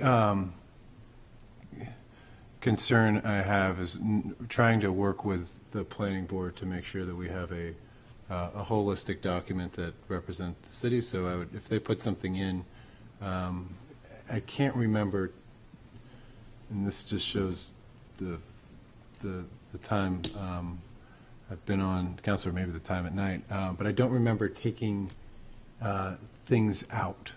Is there a precedent, and maybe this would be for Deputy City Attorney, Deputy City Manager Susan Woodland, if there is a precedent for taking things out? I understand our ability to not fund something, and I understand Councillor Bagley's concern that this is work that is already being done, and so not funding doesn't mean we're not doing the work. We've actually already done the work, but I'm curious. Councillor Cook? Your Honor, I had the concern that it created confusion on the part of our citizens reading the CIP budget, because it suggests that we have a project that we need to be funding, that we're not funding, but we have it sitting there as a placeholder. When if we're already doing that work elsewhere, we don't want to suggest to anyone that we're not doing the work somehow, and that we're not funding that work. Susan was nodding her head earlier. Sorry, Suzanne. You almost escaped. To think your favorite topic, water, so. Well, no, wastewater. Wastewater. Right. I personally have a preference for clarity. Ultimately, it's your final document, so that's where I tend to lean on this. I can't remember an example where this has come up, but certainly you've added a bunch of stuff today. I mean, granted, you're kind of moving things around, but it's ultimately your final decision. So I tend to go for clarity. Thanks, Suzanne. Okay. Any more further discussion? Your Honor, just go ahead. So, City Manager, was there any testing in this request that came from the planning board that we're not doing now? I would say no. Okay. So, there's really not a need for it. Yeah, I mean, I think we should, the CIP, without any expected funds, and it seems like, we could put a lot of things there that we don't plan to pay for, but want to have. And if those things are not already being managed by the city, it might make sense to have those as aspirational that we're not planning to fund. But since this is a part of the management of the city, it doesn't seem like it rises to that. Any further discussion? All in favor? Aye. Aye. Any opposed? Seeing none. I think we still need to move it down. Yeah, I would await a sample motion, given that there's no other amendments to be made, to adopt the capital improvement plan as amended with 4 adjusted element sheets included in the packet. And Right. those are, I can reference those, Your Honor. Page 63, self-contained breathing apparatus replacement under the fire department. Parking lot paving, page 124, under parking. Also under the parking fund, the wayfinding system, page 133. And lastly, the Pease wastewater treatment facility as discussed at the last meeting, page 167. So moved. Second. and we'll do a roll call vote, just since it's a big amount of money. Yep. I think we might have to have a roll call vote. We should to adopt the CIP. Assistant Mayor Kelly? Yes. Counselor Tabor? Yes. Counselor Denton? Yes. Counselor Bagley? Yes. Counselor Lombardi? Yes. Counselor Blaylock? Yes. Counselor Cook? Yes. Mayor McCackron? Yes. Unanimous. Thank you for staying, everybody. All right. Your Honor, I'd like to suspend the rules to bring forward item 16A, which involves the ballistic vests grant. Okay. Second. Any discussion? All in favor? Aye. Any opposed? All right. Going back to, Maybe it's the late hour, but did we suspend the rules and Yep. do the motion together? oh, Suspended rules, now we need a oh, motion to. okay, I'd wait a approve and motion accept. to approve and accept the grant for the police department as presented. So moved. Second. All in favor? Aye. Any opposed? Okay. Next up, no manager items Good this timing, evening. huh? Good timing for not having any. I'd wait a motion to adopt the consent agenda. So moved. Second. All in favor? Aye. Any opposed? Next up, a motion or email correspondence. I wait a motion to accept and place on file. So moved. Second. All in favor? Aye. Any opposed? Next is a letter from Karen Barndollar, Portsmouth Climate Action, requesting permission to hold a gathering in Market Square for Earth Day and close off the section of Pleasant Street between State and Congress Streets to traffic on Saturday, April 22nd, 2023, between 11 a.m. and 3 p.m. I'd wait a motion to refer to the city manager with authority to act. So moved. Second. All in favor? Aye. Any opposed? Under my name, it is, unfortunately, they have to accept the resignation of Lori Waltz from the COVID response task force. We will thank her and send her a letter for her many hours on that. Do we have to vote to accept that, or no? We should. All right. I'd wait a motion to accept the resignation of Lori So Waltz. moved. Second. All in favor? Aye. Any opposed?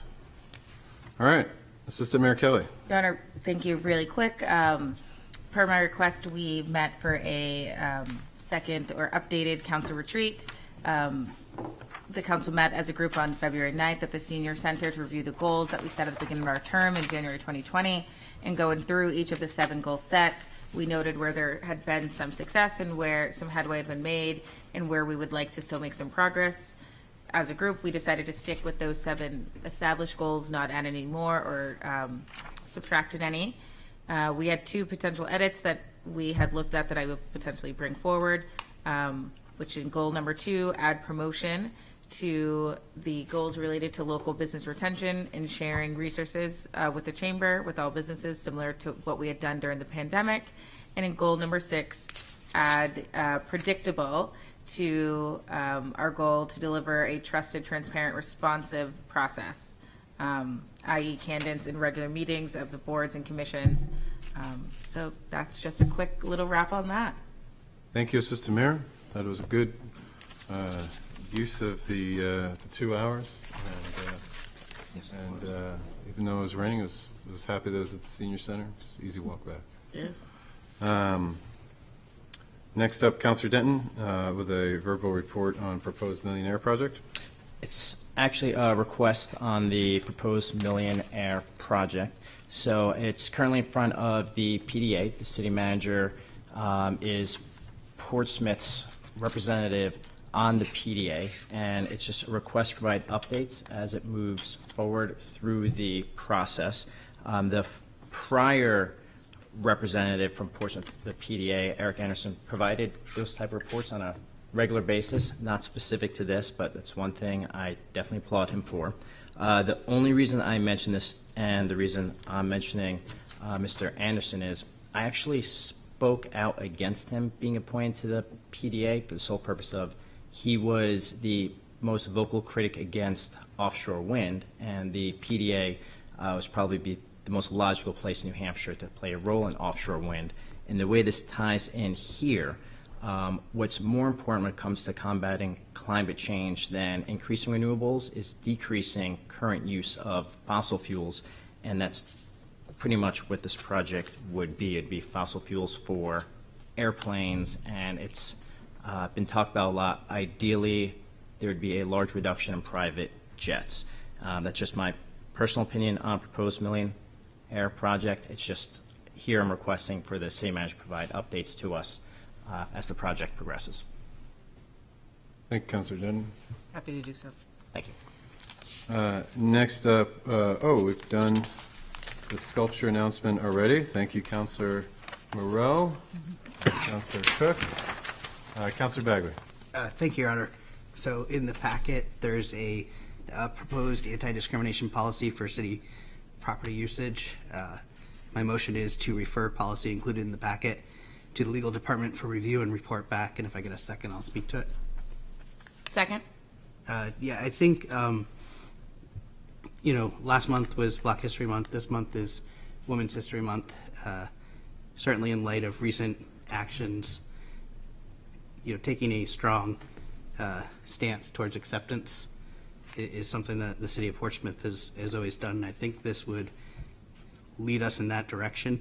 And what I did is I included the 7 protected classes as identified by the federal government, as well as the 3 protected classes as identified by the state of New Hampshire. But this would go to the legal department, and they would bring it back at a future date with modifications. Any discussion? Councilor Denton? One thing I would like to give Councilor Bagley credit for is he carved out at the one of the last sentences was that this would not affect the there's a legal term for it, but what we have in front of Market Square and what we have in Prescott Park. So this shouldn't impact anyone's First Amendment. Public forum. Thank you. Public forum area. So from my read, this won't affect any individual's First Amendment rights. And if this were going to, I think it'd be a step too far, but it's not. This is just organizations. I think we're within our purview, but look forward to a report back from the city attorney's office. Any discussion? Legal question for the city attorney. Our language here says any use that appears to discriminate based on race, color, etc. There's more lawyers on the council, and I'm not one, but can we make an ordinance about appearances, or do we have to make an ordinance about discrimination? I've taken a look at this proposal, and my initial impressions are that the language needs to be changed. We should be prohibiting discrimination and not discouraging it, and we shouldn't be categorizing that, modifying it as appears to be discriminating. Yeah, I would take that word out. In addition, we are in the process of reviewing and amending our human resources employment anti-discrimination policies, so we'd be looking to make them consistent, this use of public property and our employment policy for anti-discrimination. And just to follow up,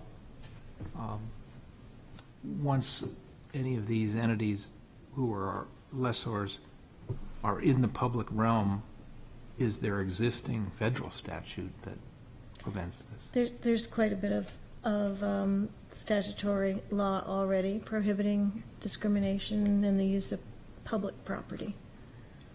I'll be part of the report back. Yes. Look forward to that. All in favor? Aye. Any opposed? Next up, Counselor Cook. Making music and art lessons and allowed use in residential zone. All right. Thank you, Your Honor. Shanti here? He's not. He's not. He's not.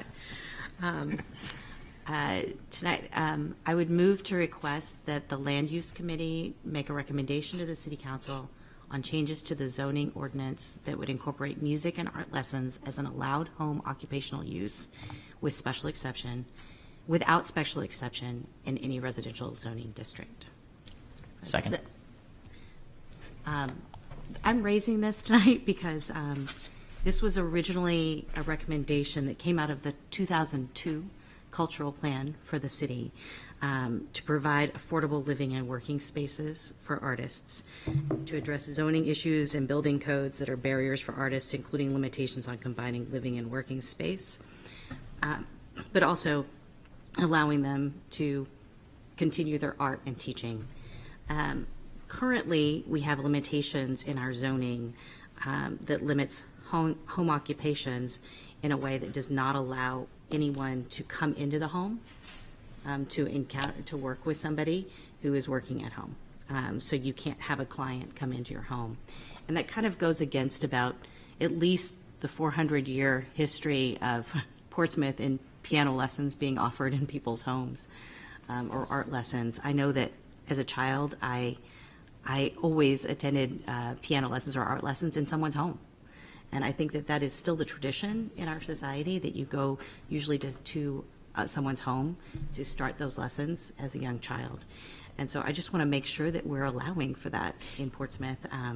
This recently came up to the zoning board with a request from a local art teacher who was denied because it's not allowed in our zoning ordinance to teach art classes to a student in your home. So I think it's really important that we're mindful of practice that is already probably occurring, rather than penalizing the one or two people that actually try to follow the zoning code, that we make it allowed to provide art and music lessons in a home within limitations. So I would expect the Land Use Committee to report back on what is appropriate. Counselor Denton? Hang on. I'd like to offer a friendly amendment, which would be to add, after where it says home occupational use, and the drying of laundry outside, which sounds silly. No, I agree. But several of us got an email from a resident who made that request, and although this isn't necessarily related to music, it would still be sending it to the right place to consider should they make a change and send it back.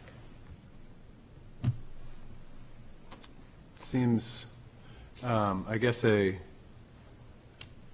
I have this a question. consistent enough with the original intent of the motion? We could certainly do that under miscellaneous, but I have a question. Is that, is hanging laundry outside illegal in the residential zone? I think the question is by right, and Maine has it by right. I'm not positive. I looked for it, and I figured if we added it here, we could get the answer. We've done it for many years. I would accept that amendment if we could place it at the end, after it says in any residential zoning district, comma, and the hanging of laundry by right outside, so that it just doesn't disrupt the question around without special exceptions. Fine by me. Councilor Lombardi? This came up because of a person in my neighborhood who wanted to conduct classes in her house of up to eight people at a time. And there was some concern expressed by neighbors of, impact on parking, street parking, and things like that. So just, I think it's good to look at this, but there also might be some limits on this, too. Counselor Boak, then Counselor Cook. Thank you, Your Honor. Thank you, Councilor Cook, for bringing this forward. I also spoke with this resident that brought this forward, and I know was seeking permission to hold art classes in her residence. I think it's important to support people, obviously working from home, especially after the pandemic. I think it's important to support artists, especially local artists. But I do see, like, the concerns Vince or Councilor Lombardi's bringing up. Parking and noise would be my two, but I'm happy to look at this on the land use committee. And and I know if it's not addressed under zoning, it is not allowed. So I know if it is not addressed at all, it is not allowed, not permitted. That's good. Thank you, Your Honor. Yes, I would clarify that I'm wanting recommendations back from land use on what the appropriate way is to add this to our zoning code to make sure that your local piano teacher can teach lessons. Usually that's with a single student, but I would anticipate that we will receive back robust recommendations on what's appropriate for home occupational use. And we have two categories, home occupational use 1 and home occupation 2. Which are kind of different levels, and one is allowed without special exception, the other requires special exception. So. Counselor Tabor. I support this, and both our kids went to music teachers, piano teachers in Portsmouth, one on Woodbury Avenue, one on Sherburne, actually. And it would distress me as a parent if that option weren't available, because it was a really formative part of their life, and they play music to this day. So I think certainly getting a report back, understand, again, there's always issues when it comes to parking, just the world we live in, as Councilor Bagley knows all too well. But, you know, it's, we all have stories. I actually live in the house that Katie Bakke taught me art. Now, I can't say I'm an accomplished artist, but I still have hanging in my parents' room or house some of the art that I made when I was doing art classes. I guess, you know, outside of the law as a 6-year-old. So when there's this much prevalence of a use, it's better to look at, you know, making sure that our laws align with the efforts, knowing that it will be difficult. So I'd support getting a report back on this, and laundry. Happy to have a tag along on that. All in favor? Aye. Any opposed? All right, we've already approved the grants and donations. Up to the city manager on informational items.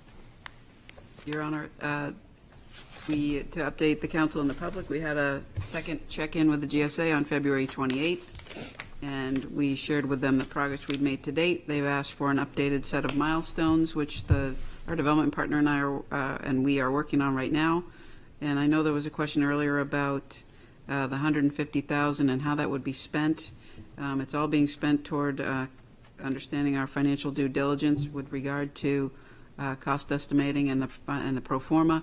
And so that would be for the 2 new contracts coming in RKG, as well as the remaining consultants on the design team whose work continues. So happy to answer questions and happy to continue to provide updates. Did I leave anything out? And those costs are being split, correct? Correct. Thank you for bringing that up. The costs are being shared 50-50 between our development partner and us. Any other questions? City manager, would you say that since we published some of the cost figures, that we're getting closer to a more economically feasible project? We feel like we're making great progress in that regard, yes. Thank you. I think I'm the only one who hasn't coughed tonight. Just want to say that for the record. For the record. And then the last item is a memorandum from Deputy City Manager Suzanne Woodland relative to the Conservation Law Foundation petition for residual designation. She's still here if anyone has any questions, but I believe the memo is pretty self-explanatory. And for those not watching at home, this would start a process that would, I guess, Suzanne, is it possible to just quickly state that this would be a process that eliminates, potentially eliminates the need for, or the ongoing work on getting a nitrogen permit in the Great Bay? Actually, no. The CLF petition would add an additional layer of regulation. Okay. Both for Portsmouth and for most of the communities in Stratford and Rockingham County. So we're carefully evaluating what that means. There's some benefits, to having more regulation sometimes in terms of environmental health, and there are sometimes some unintended consequences in terms of what it might sort of unfold and have impacts. And we're evaluating that carefully and talking with a number of folks about what this would mean and what we can share with you. So more to come, and we just wanted to let you know that staff was aware of the petition filing. We got a courtesy call from CLF before they filed it, which we were grateful for, and expect we'll be reporting back, in a couple of weeks probably. Thank you. And under miscellaneous, Councilor Bowick? Two things, Your Honor. First of all, I want to inform the councilors that Student Government Day will be April 19th. That will be the day that, if you are available during the day, students will shadow you from 9 to 12. We'll then have a lunch, and then the students will hold their own mock city council meeting from 1 to 3 that day. They might be here shadowing us next meeting, so we might have some guests next meeting. They're either going to do the 20th or the first meeting in April. And then my second item, I spoke to this. They're going to be sophomores. We're starting with the sophomore class. I spoke with them today. They seem very excited. I'm now a little nervous about how many of them are going to sign up, but so we might get doubled up or what. But I'm excited, and I'm glad that they are. My other miscellaneous item, City Manager, would you recommend that I make a motion to schedule a work session on potential of a indoor sports complex ice rink? Yep. I'll make that so move. Second. All in favor? Aye. Any opposed? And that's all. Thank you, Councilor Bowick. Any other? Councilor Denton? I mentioned earlier email which some of us got. I got an email today from Tom Morgan asking for an update on the electric vehicle charger proposed ordinances from about 10 months ago. I was going to ask Councilor Marovich, she's not here tonight, so if we could get some form of just update and email. Right, we can work with staff. I know that there's a bit of a backlog with the Land Use Committee. I think ADUs should have made an appearance tonight, and I expect them to come for a request for first reading at the next meeting, so I think they follow on after that. Thank you. Any others? All right. We'll go get some cough drops. Wait a motion to adjourn. So moved. Second. All in favor? Aye. Good night, Portsmouth.